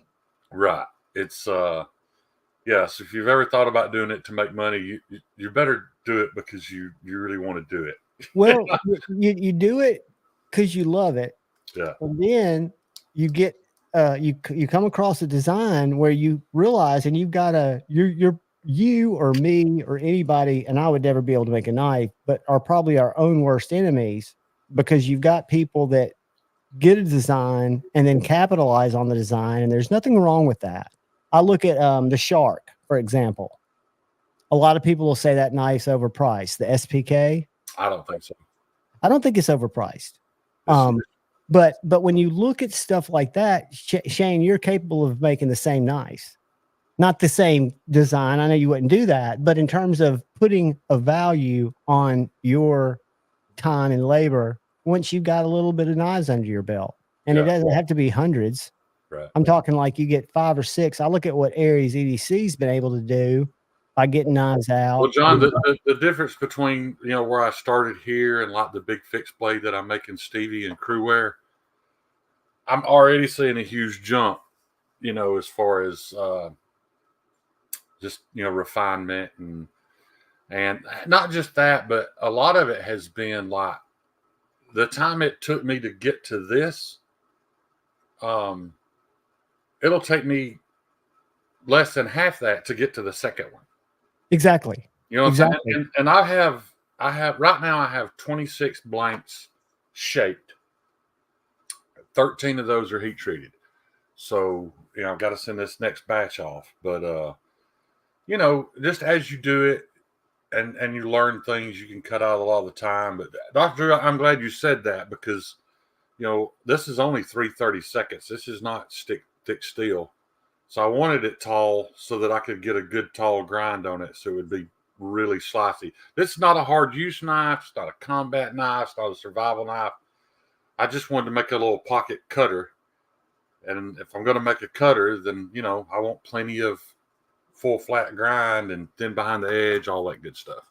And dude, that's a perfect little utility pocket knife. It's perfect to cut any kind of cordage, any kind of duct tape mesh you need to cut through, any type of packages you need to open. Those are the type of, because I always think of an EDC knife, fixed blade, kind of as an addition to my primary carry, right? I don't think of it as the only knife I'm going to use, even though when I carry one, which is most days, I'm using it more than I'm using my folder because it's just more convenient because I'm opening little bits of shit. You know, I'm not hard using anything. Well, my passion, you know, is really more in like this one, you know, something that is capable of being used for self-defense. This isn't heat treated yet. That looks sick though. I love the shape of that. And I didn't even realize when I did it that I had also actually created a really good camp knife because, you know, it'd be great for you know, food prep because your fingers have clearance. You know, dude. So that is that the final shape, or are you going to cut anything else into it? I love that shape. Well, you know, you can't. I can't say this is a final shape because, you know, certain parts of this will have to be ground off. Because like this tip will not survive heat treat. Right. You're better off just leaving it blunt because that will just burn up, you know, and be useless. So, but yeah, it should be. You'll grind around that. You grind around that stuff that doesn't survive heat treat just to kind of shape it around it like a blade. Well, you have to grind it off. Like you'd have to see what they look like after heat treat, man. You've got that heat treat scale that all has to come off. So, you know, you might as well leave a little shaping to be done because I shouldn't have even put that tip on it, in all honesty. Should have waited till after heat treat to cut it. So this knife will be, you know, a 1/16 of an inch shorter than what it is right now. But I am going to follow that same shape. It'll just be a little bit smaller. A sheep's claw. I like that, Space Ghost. Yeah. That's but I've decided I'm calling it the Trailhead. That's what I'm going to call this, the Trailhead. Because I think it'd be a great camp knife, overlanding knife. You know, it would be a great self-defense knife. Just whatever you want to use it for. Yeah. It's not a batoning knife. It's also going to be very thin and slicey. I don't even know if the camera's picking up how you can barely see it. It looks very thin. See, I like them like that. Yeah. Now, I'm going to make some thicker knives. You know, I'm making Stevie a 3/16 Crewwear 12-inch overall length. Chopper? It's kind of, yeah, I would really call it. I mean, to be honest, it turned out and looks more like a chopper than a bushcraft knife, but just kind of like he just wanted something, you know, if he had to walk into the woods with one knife and never come home, that type thing. So, well, I'll give Stevie this. Stevie's using his knives every hiking trip he goes on. He really puts his fixed blades through more than I mean, way more than I put mine through. I need to get back out and camp. I was kind of hoping this year, A to Z, it turns out, has gigs Friday night and Saturday night in Georgia, 2 different cities. They were going to stay in LJ, but it ended up that had been rented. So they had to get 2 different hotels. He's not even going to get to stop by Blade because they're going to be playing their Beastie Boys gigs over there. And I keep missing those, dude. I want to go to one so bad. Dude, there'll be one in Huntsville. I'll let you know when the next one is, and you can just stay over here so you don't have to drive afterwards. Chris Forrest, give me a few weeks, dude, and that thing will be there will be some of these available. I think I've got 8 or 9 of them. I'm about to send off to heat treat. Blade Show kind of messed things up. I won't say it messed things up, but it's definitely been a little bit of a roadblock because you're like for those of you who don't know, Brian Kim is doing my heat treats, and you know, but right here around Blade Show, I've got to give Brian time to get as much of his product done as he can before Blade Show. So, I can't send him anything right now, but, you know, I was really excited about that. if I had to go with industry standard heat treats, I just don't think I would have made knives, John. You know, if I can't get somebody to make, you know, to heat treat my knives The way right to you the want very them. limit of, Nitro V at 63, that is the start of its declining and losing toughness. However, it's a very tough steel to begin with. So, you know, that's and I'm not shying away from the fact that some people might buy them because it's a chance to get a piece of steel that's been heat treated by Brian, because it's really difficult to get his knives. Yeah, and you You know got that to enter a lotto for an opportunity to buy one. well, yeah, and also you're getting someone who is got the metallurgy background to not just give you a I mean, he's done the testing to see if Right, it's at its optimal. He's not just going by Laren's curve, even though he's using that as a baseline, right? right. He's seeing what the fluctuations actually do in And performance. Steve is the same way. Super Slow Steve. Steve, he sent me pictures of knives that he already had shaped. They just looked incredible. It was some great steel. Then the next day, I'd ask him, how's that knife coming along? Oh, it's in the garbage. Why is it in the garbage? And he's like, well, because I was tweaking the heat treat and I overdid it, or I you know what I mean? Yeah, Both of those guys have thrown away thousands of dollars in knife steel to get each recipe exactly where they want it. and that's unfortunately probably the most effective way to learn through those type of hardships, because you're so much more careful when you're tweaking to try to find your balance. A to Z just got his third Super Steel Steve kitchen knife. He keeps telling me, dude, you need to do a kitchen knife review. I was like, dude, what am I going to cut? My chicken pot pie? I mean, I'm not a kitchen guy. I'd love to show them off, Yeah, but they're gorgeous knives. And he's just, he's got some Liang Ma that were made by White River. Yeah. I don't know if you ever saw those. You were at Let dinner. me say this though, John. I do want to be very clear about this. Because Steve may do some of my heat treats in the future, but that is not me saying that my refinement nor my grinding is anywhere near on par with theirs yet. I don't want to make that claim. It's not the same thing as buying a knife from them, but not this week, not this month, maybe. But you're, like you said, you've come so far from just when you first started grinding. Your skill set, if you're like, which I know you are, if not more so, like Jason or any of these other guys that spend time doing it, you learn not daily, but every 15-minute increment. I would think you're learning something. Oh yeah, to do, or something not to do, or something to do better, or something to try next time to see if and what works for some people might not work for me. Like when you're on a 2-inch platen and you push that steel up to contact the platen, a lot of guys can feel that they're flush on the platen. I can't feel that because of my hands. So, and what you don't realize is that if when you contact it, if you're just a little bit off this way or this way, it results in a big hump in your grind line that's ugly, and nobody wants that. So what I have to do is I have to actually push it up and watch. I'm not watching the steel. I have to watch the belt. And when I see sparks and little lines universally across the belt, like from one side to the other, I know I'm flush on the belt. Most people don't watch the belt. You know what I mean? That's just what I have to do. But that'll evolve, I would think, into feel, where you can watch. They're doing it by feel, where I can't feel it. Right. I can't. But it takes a while to learn. If you've got a little imperfection here, which way to tip that knife. I don't ever like rolling it, because when you roll it, it puts a little bit of a convex. I don't like that. But how fast are you going? Like, are your belts speedy, or are they kind of slower so you can keep? I don't have any adjustment.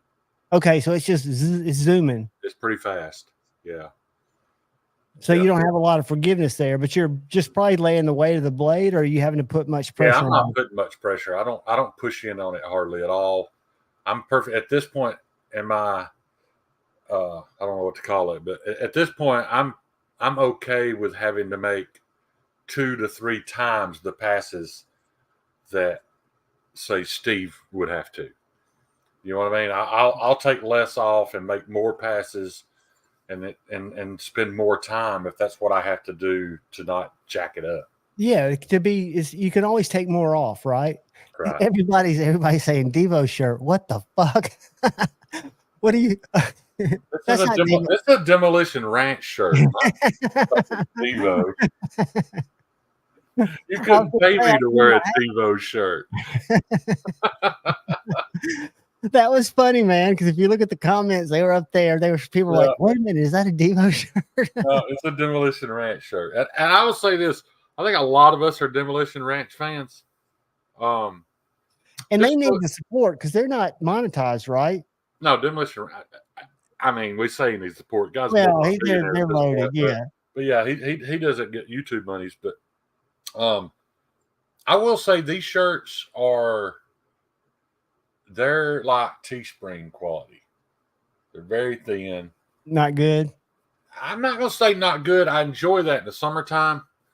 You know, from to be a little cooler. I was just shocked at how thin the material and stuff is. I just expect a little more because they get a pretty premium price on their t-shirts. If you ever want to Whereas like I ordered a shirt from Special Operations Equipment, you know, and it was the same price as this, and it's just a lot better shirt. Is that a $30 shirt? Yeah. You ought to check out, and they're very patriotic. You ought to check out one of Tim TKL Knife shirts. I got one, and dude, I've washed that thing 20 times, and it looks just like it did when I got it. Yeah. Dopey, you are not required to wear the shirt again. I'm surprised you haven't caught that shirt on fire yet by smoking wearing it. I would have thought it would have flamed up by now. I would have too. If it does, it's going to melt and stick to his back. But for the best I remember, though, Dopey, it was a good quality T-shirt. They just ruined it. With that, well, that's what I've noticed about Teespring. Like my shirt quality on some of them, is good, but like the bigger prints don't last nearly as long as the smaller prints. I mean, like the Meth Cat T-shirt I ordered from Maddie, I can see through that T-shirt. Oh yeah, but I didn't order it to wear it anyway. I mean, I never planned on wearing that shirt much. It just hangs in my closet because I don't want to wear it out. But literally, you can see through that T-shirt. It's that cheap. Oh yeah. Do you know who Red Bar is? Mike. He's got a radio show called Red Bar, and he's got his own network. He's evidently really successful, but him and his wife run it, and they just make fun of other people. And one of the things they do is they'll order like from Flagrant or all these different podcasts, Two Bears, One Cave, and their vodka shirts. He'll order their merch, and he's got this little fabric cutter. He's got a board behind him, and he's got one of those fabric cutters that cuts a little circle and weighs it. Yeah. And because he's like the T-shirt of shame, so he keeps up with them each week, you know, and he's buying different shirts and he's cutting a sample out, seeing how much it weighs. Oh my God, this is only. And so he's getting, it's pretty funny, but you realize that all these shirts are like $80, dude. Oh wow. I mean, like these, I forget what Four Locos is, the tequila that, what's his name? Bert Kreischer and Tom, what's his name? Yeah, that came out with. Those shirts were like $80, and they were like the second to the last weakest shirts that you could get. But the hats from Teespring are fantastic. I mean, they're good quality. They're stitched. This Be Up hat is a Teespring hat, but the shirts are just leave a lot to be desired. Yeah. The hard goods are pretty good, like the mugs. Yeah, I mean, like I said, it's nice to have a thin T-shirt, and it's soft. It feels good to wear when it's hot, but I also know that means it's not going to last very long. You know, but that is what it is. I was really impressed with I'm sure you guys have all seen it, all these ads from We the People holsters for their $10 T-shirts. You know, they're patriotic. You know, they even got a little something on the sleeve. Mine have held up very well, but I will say this. Because I've seen it in the comments of their stuff. The shipping is slow, like 2 to 3 weeks. It is a USA-made T-shirt, printed in the U.S. You're getting an American patriotic-looking tee for $10. You can't beat it. But if you wear something larger than an XL, I don't know how to explain this, But like when they center the print, the larger the shirt goes, the more it moves to your right arm. So like, Oh, really? So yeah, they didn't and scale only it. in the big man sizes, the print instead of being dead center, dead center, will be off by about a half inch. And what it is because as the shirts get bigger, they're not figuring for that when they stamp them. Oh man, I It's a hope little Pocket offset. Metal's not listening to that. That'll drive him crazy because that's just taking the program and tweaking it for the sizes. Right. So They're you can not doing keep that that. centered up. Yeah. Yeah. That kind of sucks. Yeah, it does. So all mine are a little bit off, but you only notice it on the ones where the print is, where the centering matters. A lot of those that don't. But I got one keep of that in their. mind, because I have recommended those shirts, because they're, it's all American made. But I want to be completely transparent with people. The shipping is slow, and if you're a big guy, if you order something that is centric, it's going to be a little bit off. So just order the stuff that don't have to be centered, I guess. I've got one of their belts, one of their holster belts, the We the Peoples. I don't even know what brand it is. Scotch and Things gave me a really nice, like, hard duty belt. I don't wear it all the time because I don't. It's not necessary, but it's amazing how much more comfortable carrying a sidearm is with the right belt. You're exactly You're right. just trying to make it fit into your daily wardrobe.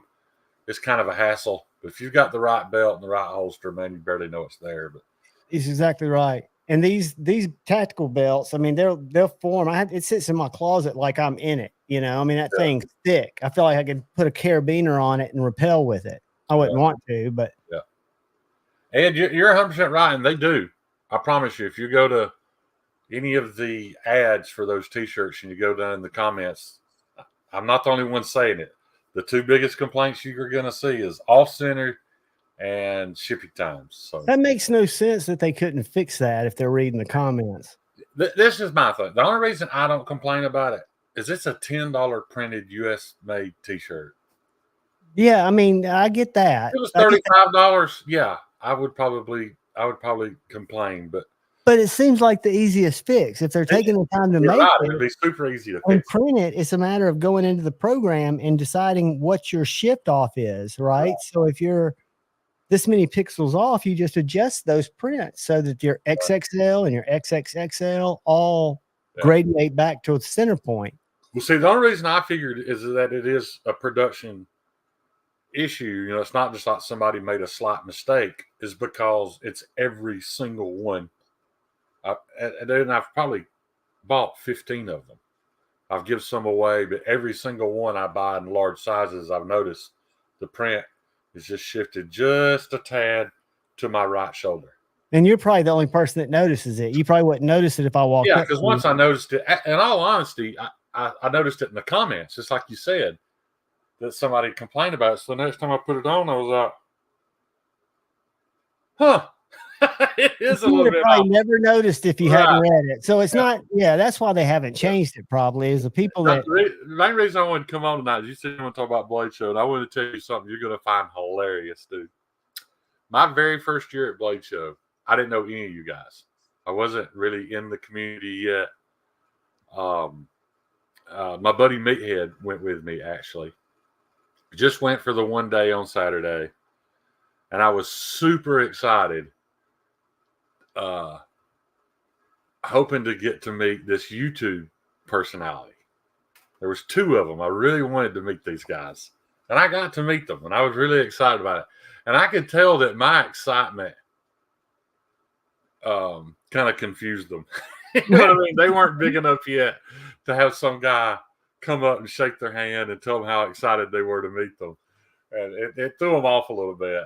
Do you want to guess who those two guys were? Grateful Panic. Nope. Bob DeMarco.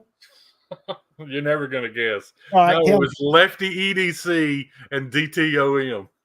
You went the year. I didn't get to go that year. That's the year they went live from their hotel room, right? Yeah, yeah. God, man, I've got a fly flying around in my fucking shredders over on the couch. So if it lands, I'm not going to be able to blast it. Dude, that's hilarious. It is hilarious that I was that big a fan of Lefty, and now Lefty's but he's a good guy. I mean, he just annoys the shit out of me. I know, and that happens. And I've got ones that were my best buddies that annoy the shit out of me. You know? It's just part of it. But that's funny. I would have loved to have been at that Blade show because they seem to have fun at that Blade show. And every other Blade show where I've tried to have a conversation with Kevin, he's working. Right. And I get it because I've worked trade shows before. You can't do that, right? I mean, you can't just really get into a conversation because you're working. You're saying the same thing over and over and over. I would admit I was a bigger fan of Kyle because he's from Alabama. Yeah. You know, and his channel was a little more Ed in person, he's just like he is on his show. So I think he's a douche because that's his personality from being up in Philadelphia, but he's not a dude. His heart is in the right place and he's a good guy. Yeah. But he will fuck with you, but that's a term of endearment in a way, you know? Yeah. I don't think he's ever, purposely been mean to anybody, but he is a little bit of like John said, it's just his personality. He's got to kind of. It's that Philadelphia, Pennsylvania kind of, He also doesn't. There's things that I've discovered about Kevin that he doesn't like. Kevin doesn't really care anything about music. He doesn't really have emotion. Like, I don't know how to explain it, dude. He's just a different guy. I think Kevin and we've talked not about how it affects him socially, but Kevin was very much a troubled teen, right? And he got himself straight. Still, I think is on maintenance type medications, but now he's really dived in to being a dad. Got another one on the way. Just got a new house. We haven't gone live together in 3 weeks, and we go every other week because he's just busy, and I get it. And I know when he goes to Blade Show, they're taking time away from the family, and he's there to work. I think it changes, that's why I don't ever care to get in that side of the game, because to me, it's more of a festival than it is a show, if that makes any kind of sense. Kind of like a get together. That's why this year is going to be so painful, just coming in, running and gunning. But Dark Gravity is going to get to go to his first Blade show. Right. Yeah, I think he'll enjoy it. I know he will. That would be tough, man, because I'll be honest, dude. I walk around at Blade Show just waiting on the pit to open. Yeah, me too. And I like where we sit out by the escalator. Yeah, just sitting out there during the day. And then, I tell people, if you want to find me at Blade Show, if you've walked around the floor one time, hadn't seen me, go head towards the escalators where the chairs are. Right before you go into the small room, we're right between them. Because there's not a whole lot that really excites me, knife-wise to go in and look at. But, and I do think it's odd how you watch people's journey through knives and knife collecting, whatever you want to call it. Point taken, Kyle. That was a foul on my part. But it's everybody's journey is different, but it's odd seeing how people, because I was one of those guys that had to have a box on the porch every week, and just more, until I realized that I was spending $50 a week on garbage that was never going to hold any value or be worth anything, because there was no way I could use them all enough to constitute the money I was spending. And then, I started narrowing it into buying better stuff, and everybody knows American made stuff, but I've backed away from that. Like, there was a time when I was chasing, I wanted a Hinder, I wanted an Olamic, I wanted a Chris Reeve. And then when I got to that stage of collecting, I realized that wasn't me either. I just don't care for titanium frame locks. I know I'm one of the very few, but I don't. But that's what makes it such a cool community, because everybody's got different things that inspire them. I've backed off to the $100 to $200. Been between the $100 and $200 mostly in all honesty, mostly Spyderco range, but I'm really happy there, you know. So I'm glad I don't need a Conigarius because I I'll tell was you what I planning want you to try. I want you to try at Blade Show, and I know you'd never buy it, and it'll burn your hand to hold it. But I want you to try the Vosteed Psyop with the top liner lock. It's got the button like the smock, Yeah, but it's got I've a seen it. totally different detent. It's got a detent like a liner lock. Dude, it feels great. A to Z's got one. So if you don't try one at Blade Show, you can try one next time you come up here. But it's something to me that frustrates me about Benchmade, about Spyderco. You know, they can improve on just little things like the feel of their mechanisms. They don't have to, just like none of these other guys do, right? Right. Ed, it was a classic encounter. I witnessed that. It was hilarious. Yeah, man, that was one of the funniest moments. And I'm sure if Jared were around to hear us tell it, it might even irk him a little bit. But he did nothing wrong. You know, I mean, No, it was it was that's what situational made it so plumbing. funny is that it was organic and it was just Jared, you know, trying to be nice. It was just Trying to keep his group, people that were following him, organized. He has a group that follow him that want to be around him, and he's a nice enough guy to give everybody time. You know, if you move with him, you got to be on the move. I told everybody that last year. I was like, if you want to spend any time with Jared, just walk up beside him and keep pace because he's not going to stop. No. But yeah, it's a what frustrates me is like, I don't think I've got it out here, but like the Vosteed Dachshund or some of the Kaiser bar locks, they all feel so much better than a Benchmade in a lot of ways. And it seems like Benchmade would want to That make wouldn't be a lot hard to do. I mean, I tried to like Benchmade, and I've owned several, and I did enjoy them, but it wouldn't be hard to make that action feel better. But don't you think they have the facility to really improve on it without a lot of work? Like they could go, guys, it's time for us. They could look at a Hogue. They could look at this knife right here. From what I've been told, and I could be wrong, Zach would not confirm nor deny it. But when they made the narrows and realized that there was no room for the Omega springs, and they went to a torsion bar spring, like a little leaf spring, I'd heard that in the future they're going to phase out the Omega springs and replace them all with that. That would be nice. It certainly would, because that Omega spring just feels crunchy to me when I'm pulling back on it. I never liked it.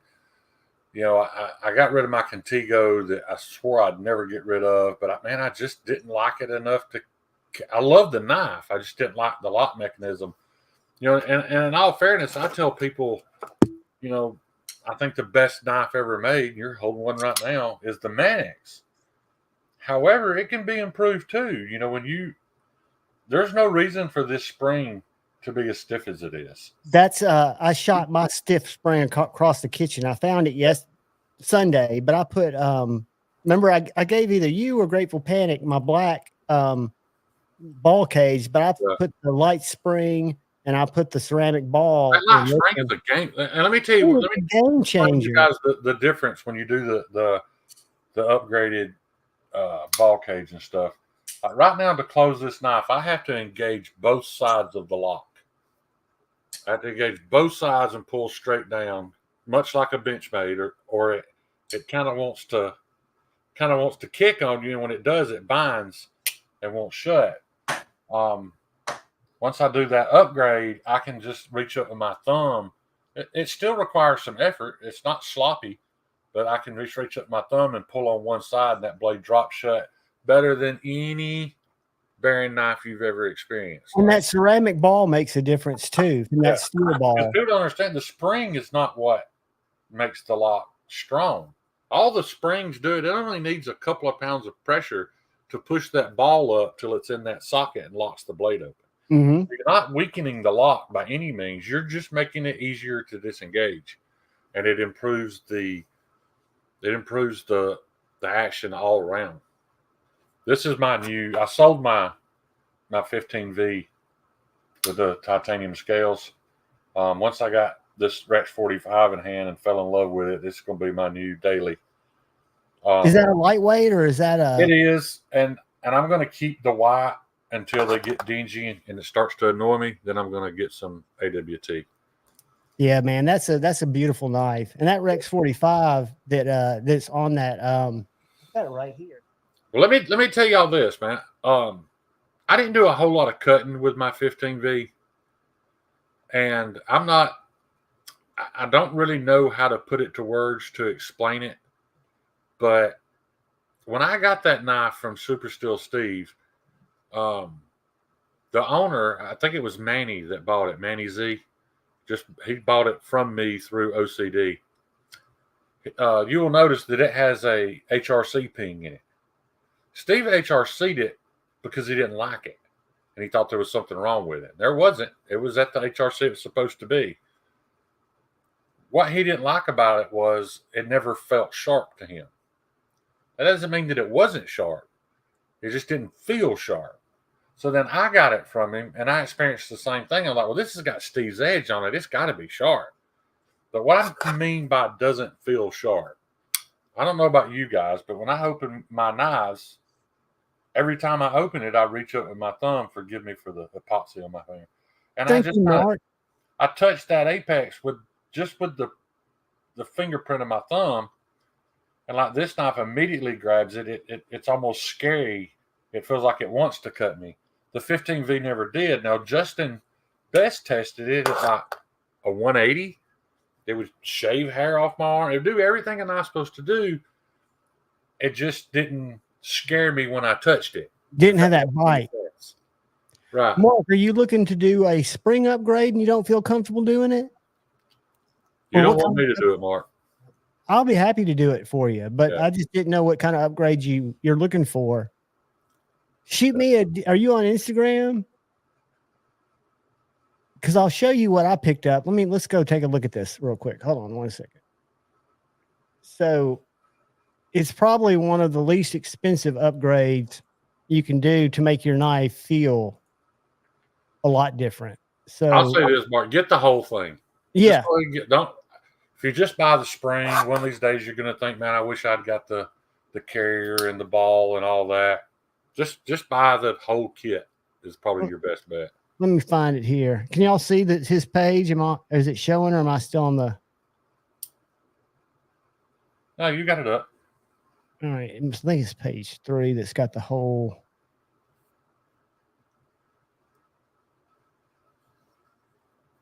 All right. It's not. It was back here. I passed it.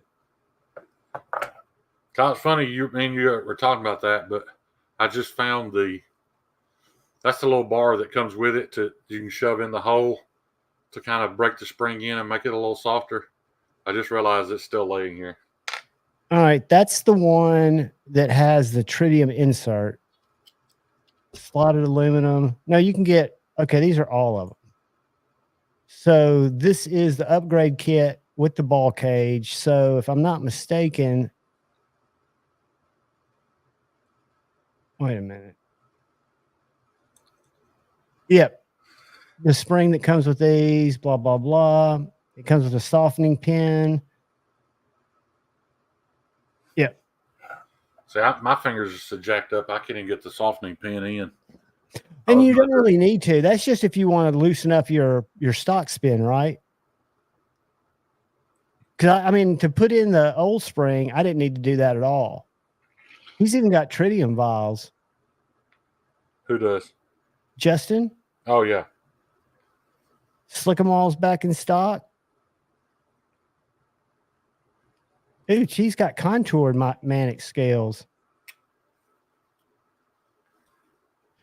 But yeah, OCD for EDC is where I get those kits, and I'm happy to put it in for you. I'll even film it. And I've got I think I filmed that because it even showed my spring shooting across the. Mark, apparently there's an issue too with the aftermarket ball cage not wanting to work properly on the lightweight scales. So if you're leaving the lightweight scales, they require a little sanding inside there or something. Are those lightweights? Mine are, but when I do the upgrade, I'm going to replace the scales too, so it don't matter to me. But apparently some people have bought the upgrade to put in their lightweight, and they want to keep the lightweight scales, and they're having issues with it binding. And but OCD for EDC's done a video on it about how to fix it. Yeah, there's a great video from him. MC's got a good video on it. I mean, there are a lot of really helpful videos, which is how I learned how to take shit apart. Who else has got a video on it? MC, but Justin's Metal Complex. He makes videos? Sometimes. I thought he just tried to bully people on Instagram. No, he sometimes makes videos. Oh. He's got to pay for the time. Yeah. Fuck he went quiet on that post, didn't he? Yeah. I think he kind of realized something too, because he makes a comment on every one of his Friday night giveaways. I don't know if you ever watched those. I do, because I leave it on just before my show starts, and he'll always say, I'd be crazy not to give these knives away because I got them piling up and I'm not going to use them. So what better to do than give them away every week, right? He goes, anybody who doesn't, that's crazy. And it always seems like, well, we know somebody, it's kind of like you're talking out of both sides of your mouth. He was definitely talking out both sides of his mouth, because he also, the week after he attacked me on Instagram, somebody asked what it cost to be in the giveaway, or if you had to be a channel member to be in a giveaway. And he's like, no, I would never make people pay anything to be eligible for a giveaway. That's just wrong. Right. That's why that's exactly what my post was about, though. But that's why I'm saying maybe he found out the rest of the story, or maybe, I could see. It's a very good lesson in not opening your mouth until you know what the fuck you're talking about. Yeah. That's exactly what he did. Without a doubt. Now, I'd probably jump on. I was looking at Applied Weapons Tech. Applied Weapons Tech just dropped some badass scales for. It almost makes me want to bug out just so I can buy their scales. But for which I've got the Applied Weapons Tech for my Adamas. Yeah.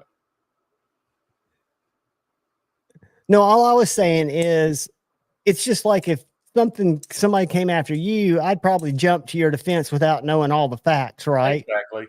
So I can get mad about it. But I think the fatal flaw was jumping. He should have gone to the comment of the video. Right. Because by going to the comment of the IG. He didn't want to comment of the video because he didn't want to give me any exposure by him being in my comments of my video. No. That's exactly what that was. That's I don't think he knew. I don't think that's right. I think what happened is he was alerted. And he went to Instagram and saw the post and put one and one together. That's why he said, I know who this is about. And guys, I've got to get my fucking shredder. Hold on. I don't know about for the bell out, Chris. They could, but I've never looked up. I've never looked to them for scales for a bell out, so I don't know. If you've got the aluminum bell out, unless you just want something that looks different, I don't know what advantage that'd be. But this was what are the orange CTS XHP Spydercos? Is that Knife Joy or something? But anyway, I put my AWTs on this. It's hard to see the texture. I don't have a very good camera. They are very lightly textured. I will admit that. Like, you can run your thumbnail across it. It's not uncomfortable at all. I don't know how much traction it provides, but it just makes, without adding a bunch of weight, it makes the entire knife feel more substantial. It's like the difference between this and a titanium frame lock. The titanium frame is just going to feel more substantial. So does this without being heavy. And since I haven't had a Manix in a couple of months, this thing has dominated my pocket. I don't think CTS XHP is the steel that some people think it is. It's perfectly good pocket knife steel. Not going to deny that. But I don't think it did, Stephen. They fucked around and found out. I've got guts on my black light where it landed, but it was still kicking on the ground, and I had to put another shot in it. There you go. Had to crack one of his helmet. Talking about. Yeah, the big ass fly just started. Like the flies will hide out, the ones that get in here, and then at night when I try to do this, they all come around. So usually I've got my shredder close by. Dude, this thing's got CO2 in it. Oh, really? Oh yeah, this is the regular like a daisy. Like if I I know what pop, you're saying. Yeah, the CO2 yeah, crystal cartridges. and it's Yeah. got I bet that thing will annihilate a fly, won't it? dude, look at that. That's salt that's stuck between paper, so you can see where it's shot. Oh, dude, it's like a little shotgun that comes out because the barrel split. It is a shit. I love it. Yeah. I Chris, go I out don't there- have a Crewwear PM2. John, do you have a Crewwear PM2? I've got a Crewwear PM2 and I've got a Crewwear. I think this is. No, this is CTS. I know for those of you guys who watch OCD for EDC, he's a Spyderco club member, so he's got either got or had every Spyderco that comes out, literally all of them. He has to pay for all of them, whether he wants them or not, to be in the club. But and you ask that guy, well, what do you carry every day? He carries a Crewwear Para 3 every day. That's what he actually uses out of all those knives he owns. This is a Spider Club OCD knife. Oh, was it? Yeah, I got his number. It's got the 016 on it. 016. Yeah, I've got a enough 2 over there in K390 with 016 on it. Remember when we had dinner and I let him take that big SOG? Yeah, He loved that thing. I know and, he did. With the little cash, I said, well, I'd love to trade it for that. I don't want it back because he's just going to bring it back to me this year. I said, I'm in no rush. Hang on to it, dude. Yeah. He goes, would you trade it? I was like, sure. What do you got? And he threw that out as one of the things he had. And I was like, sure. So we put a deal together. And I was never going to carry that big ass knife. Right. Yeah, that was a big knife. It wasn't just big. It was girthy. It was a bit heavy. Hard to open. Yeah, back when I was in the military, I may have gravitated towards that knife for sure. And Justin does a lot of, he kind of owns a little farm / homestead, whatever you want to call it. So he would have use for a knife like that where I wouldn't anymore. Yeah, I mean, I had that big Titanio. I've still got it, but I'm trying to find a home for it. Yeah. Chris, the only reason why I want a Tanto PM2, I love the looks of Tantos, but every one I own, I end up not carrying. I don't like the way they cut, but I love the PM2 Tanto just because of that hollow grind. Yeah, that hollow grind on the blade's sick. This is an S30V. I didn't know they did just a regular. Oh, I didn't either. This one I picked up from Keith the Knife Freak, and it's S30V, so it's not a Blade HQ exclusive. But A to Z found a Blade HQ exclusive up in at a pawn shop that we happened to be out by LJ. And when I started playing with it, the blade just has so much more weight. It just feels more substantial. Huh. But I like the because it's a thicker blade. But I like the way it cuts. Like, I used to try to carry my Code 4 Tanto, and when I'd go to cut things, I realized that I just have that muscle memory that I lay the blade on something and kind of roll it, and I find that the Tanto doesn't do that as well for me. So I just I love the way they look. I love the concept of them. I just don't like the way they cut as much. They do. I believe that, Funland, because I totally heard it. I mean, you hear it more than you see it, but they also will splatter with the little nickel-sized bunch of salt crystals coming at them. It's perfect. I mean, it literally, because you can shoot them on your TV from like 8 feet away. I mean, literally, those things it'll knock a wasp down 6 feet away. Yeah, Paul, I thought about that, the Japanese Tanto, but then when you get into Japanese Tanto, it loses the aesthetic that the American Tanto has. It loses that badassery for some reason to me. Which is I've got a Boker that's got the real short Tanto, And then what's Jason's Tantos? The ones that are super long. I don't know what you call that. That's not one of the other. Let me show you this Boker, and this is what they call the American Tanto, and tell me if this is what you're thinking.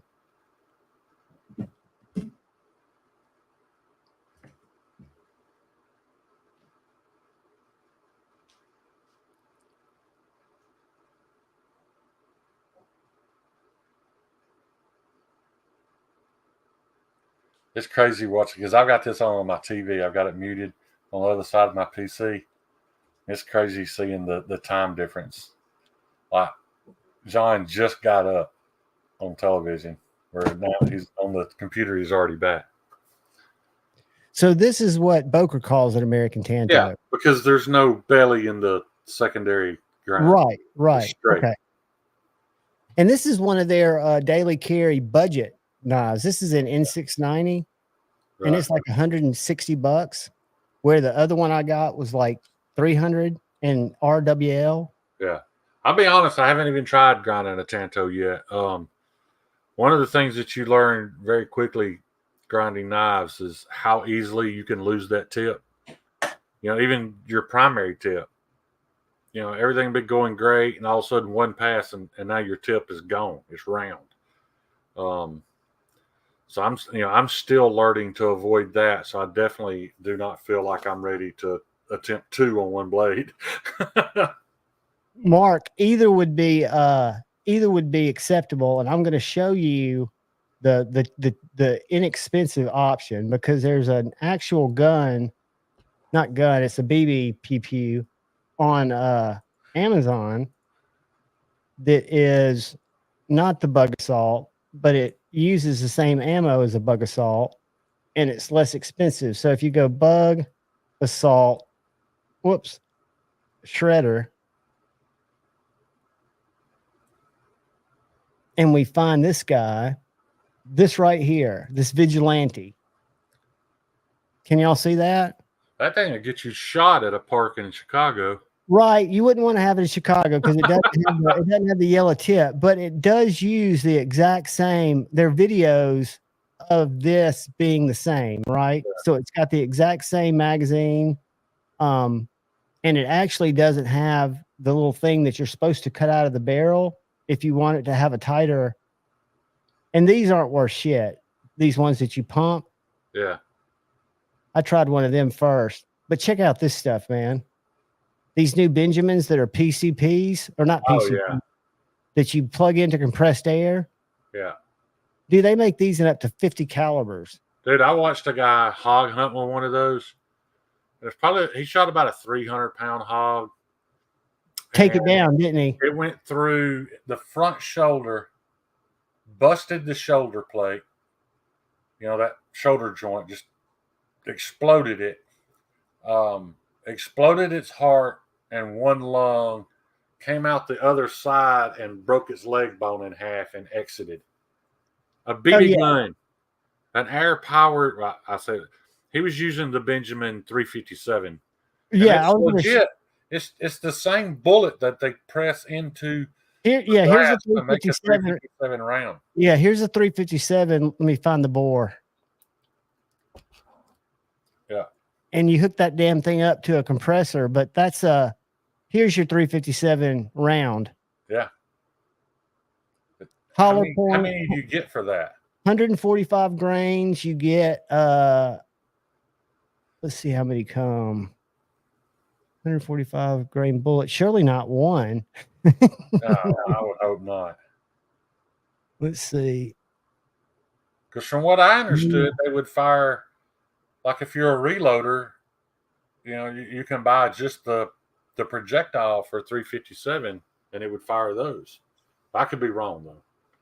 That's how I understood it. Number of items, 1. It's got to be a pack of them. I think it's a blah, video. Kyle, I think you're right. But I mean, they've even got these in 50 cal because I couldn't find. I bought the last pump that they had, the last Benjamin 22 caliber pump, like this right here. I don't know if they're still in stock. Yep. I bought one of those in a 22 cal because I used to have one when I was a kid. But all the other ones are these badass. I mean, the thing is, though, man, you can buy, a Savage Axis and a good scope for what that gun cost. I get it, if you're somewhere where you can't have that, it may make sense, or if you're flying or whatever. But or like me, who's got coyotes that hang around and I can't discharge a firearm. Check this thing out, dude. You know what? That's a Benjamin fucking crossbow shooter that uses the same PCP type stuff or whatever you call that. CO2, John. You haven't done PCP in a long time, and it's still in your mind. That's something I've never ever done, thank God. But what do they call that stuff? PCP powered hunting rifle, Goob. Do what? Look right there. Oh yeah. That's what they're all called. Because when I used to go look for them. Our bad. You were right. Look at this one right here. It looks like an AR, but it's a PCP powered, which I think means something compressed. Mark said, "Seems overkill for flights." You're right, Mark. That $900 rifle overkill. And you gotta be a good shot. No, the assault gun. And what I need to do, 50 caliber rifle. what I need to do to mine, I don't know if y'all can see that, but it's got a little thing in the barrel. Yeah. It's that little bar, which breaks up the salt that gives it more spray, right? Well, you don't need that much spray. And there's a guy who's got a YouTube channel who just does reloads, and he loads them with all kinds of different shit. And let me get it where it'll be ready to cock. But he tests all this different stuff. Let me show you this channel real quick. But he is the bug assault guy. He's the one that tested it against that Crossman, and the Crossman actually shot better because it did not have the little bar in it. So he cut the bar out of his, and now he's getting like baseball size spreads at 6 feet where he's just knocking down big bugs. Yeah. But this dude's very strange. Why don't you do a June bug with one of those? It vaporize it, dude. I'm telling you, there's no. I kind of want to see it now. Here's a slow motion on a yellow jacket. This is too close. Or like Dopey said, on a big spider. That'd be awesome for spiders. Oh, dude, I've got some shorts. Hold on a second. This is too close though. This doesn't really. And this is the regular bug assault. This isn't the. This is slow motion on a yellow jacket. I do not like spiders either. That's awfully close though. Yeah, that's too close. But that's the regular bug assault. So let me go back to this dude. All right, this is the guy, this Justin Average Joe. Yeah. That's his whole game, man. I mean, he refills these things. He does all kinds of shit with them. But he where's he shoot some stuff? Here's a katydid. So we're trying to figure out what's been eaten up.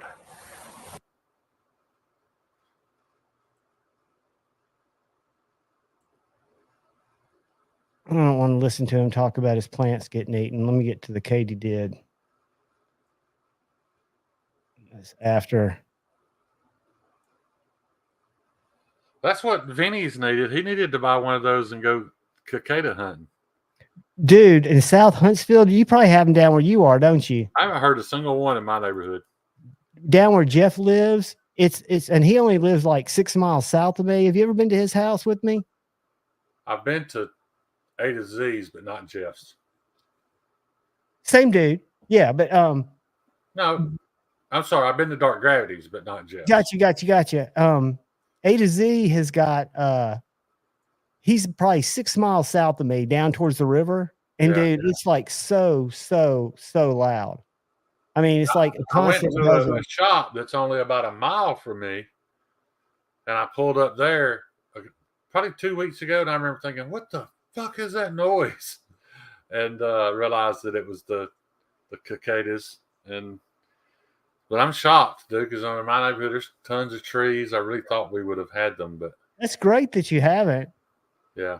And this is probably going to be a weak one because this is that pump. Well, they might not be allowed in the country club, so I don't know. What?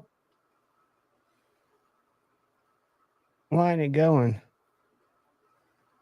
Not that I live in the country club. The country club ends across the street, other side of the road. All right, let's find the shredder. These are not good. Which is great for me because it ups my property value without me actually having to be in the country club. All right, here's a double tap wasp. Check this out. See how it just spread it apart on the second shot? Yeah, he's a little low on that first one. Yeah, he was. I've got, if we go to I've got a short on here, several where I got a wasp from a pretty far distance. Let's go. I put up way too many shorts, guys, but that's the only reason I get channel growth. I get no views. I know this G-Ball puts a video up. He'll get 1,000 views. So I'm what lucky. did Duty get his live stream shut down for? Who? Somebody was saying that they saw that Duty's Daggers could no longer do live streams. Who was saying that? I saw that earlier too, and I can't imagine. How do they just restrict you from live streams and not regular videos? I mean, I guess they can do just about anything, but that's a good question. Yeah. Let's do that. I can't imagine what Duty would have done to. No, I mean, because even when they do Blade Cartel, it's all real low key. Yeah. But I mean, any time we can step over the line. I mean, there's no telling because the rules are so vague. I don't think it's all that hard to stay out of trouble. I just didn't try it all. Can y'all see this still? And I think the key too is once you get their attention, you have to be really. Well, what they say. I think that's what happened. I got their attention, and then it just snowballed from there. Can you see that? You might not be able to see the wasp, and I don't know how to make this big, but the wasp is right where my pointer is. Yeah. Does my pointer show up? It does. This is slow-mo.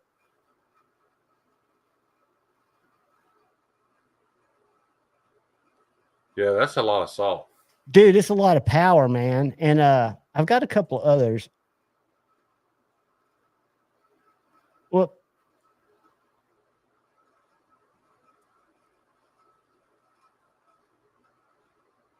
bug assault wasp. Here's another one.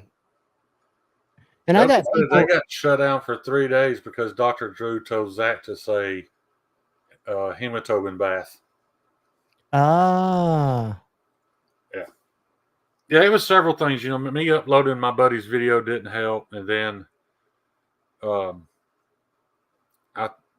was jokingly referred to assaulting GP with a bladed object. They didn't like that. Yeah, you gotta you can't see the little arrow, see the little wing right there. Yeah. Watch this.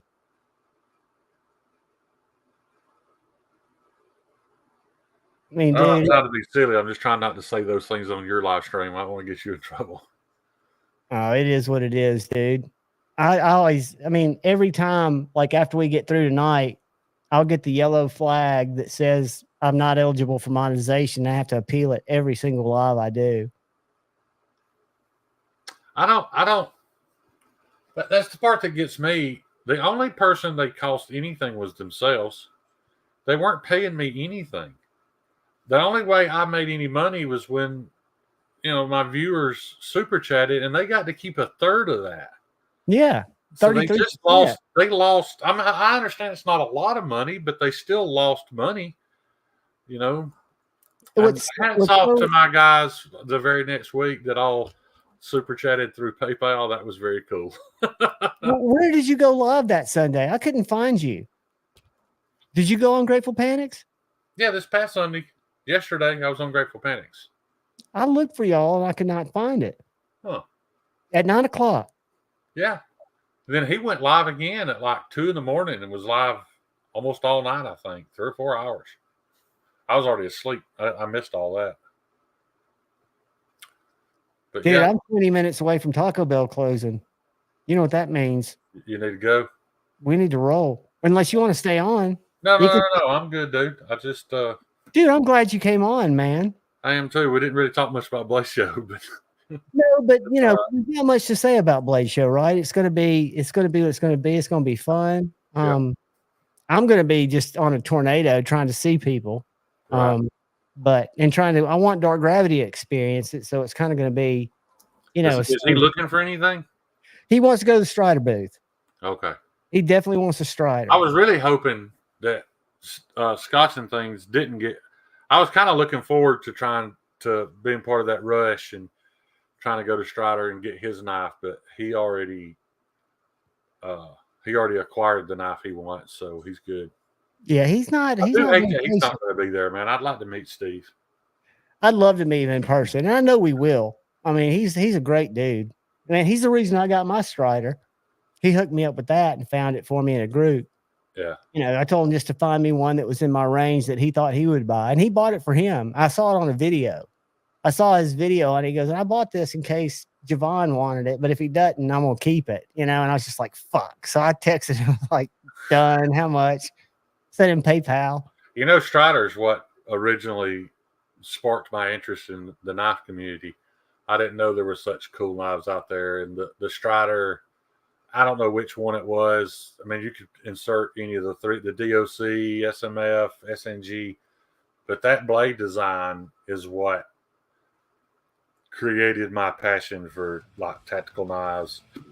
What really got me interested. They're so cool. Yeah. But guys, I love each and every one of you. Shane, you got anything to share with anybody before we I do roll? not. I appreciate any amount of time y'all spending staring at my ugly ass. I will see you Saturday, my friend. All right, I will man. track you down. Guys, please look out for the guy or gal to your left. Please look out for the guy or gal to your right. Look out for each other. I love you all. Rock on. Peace.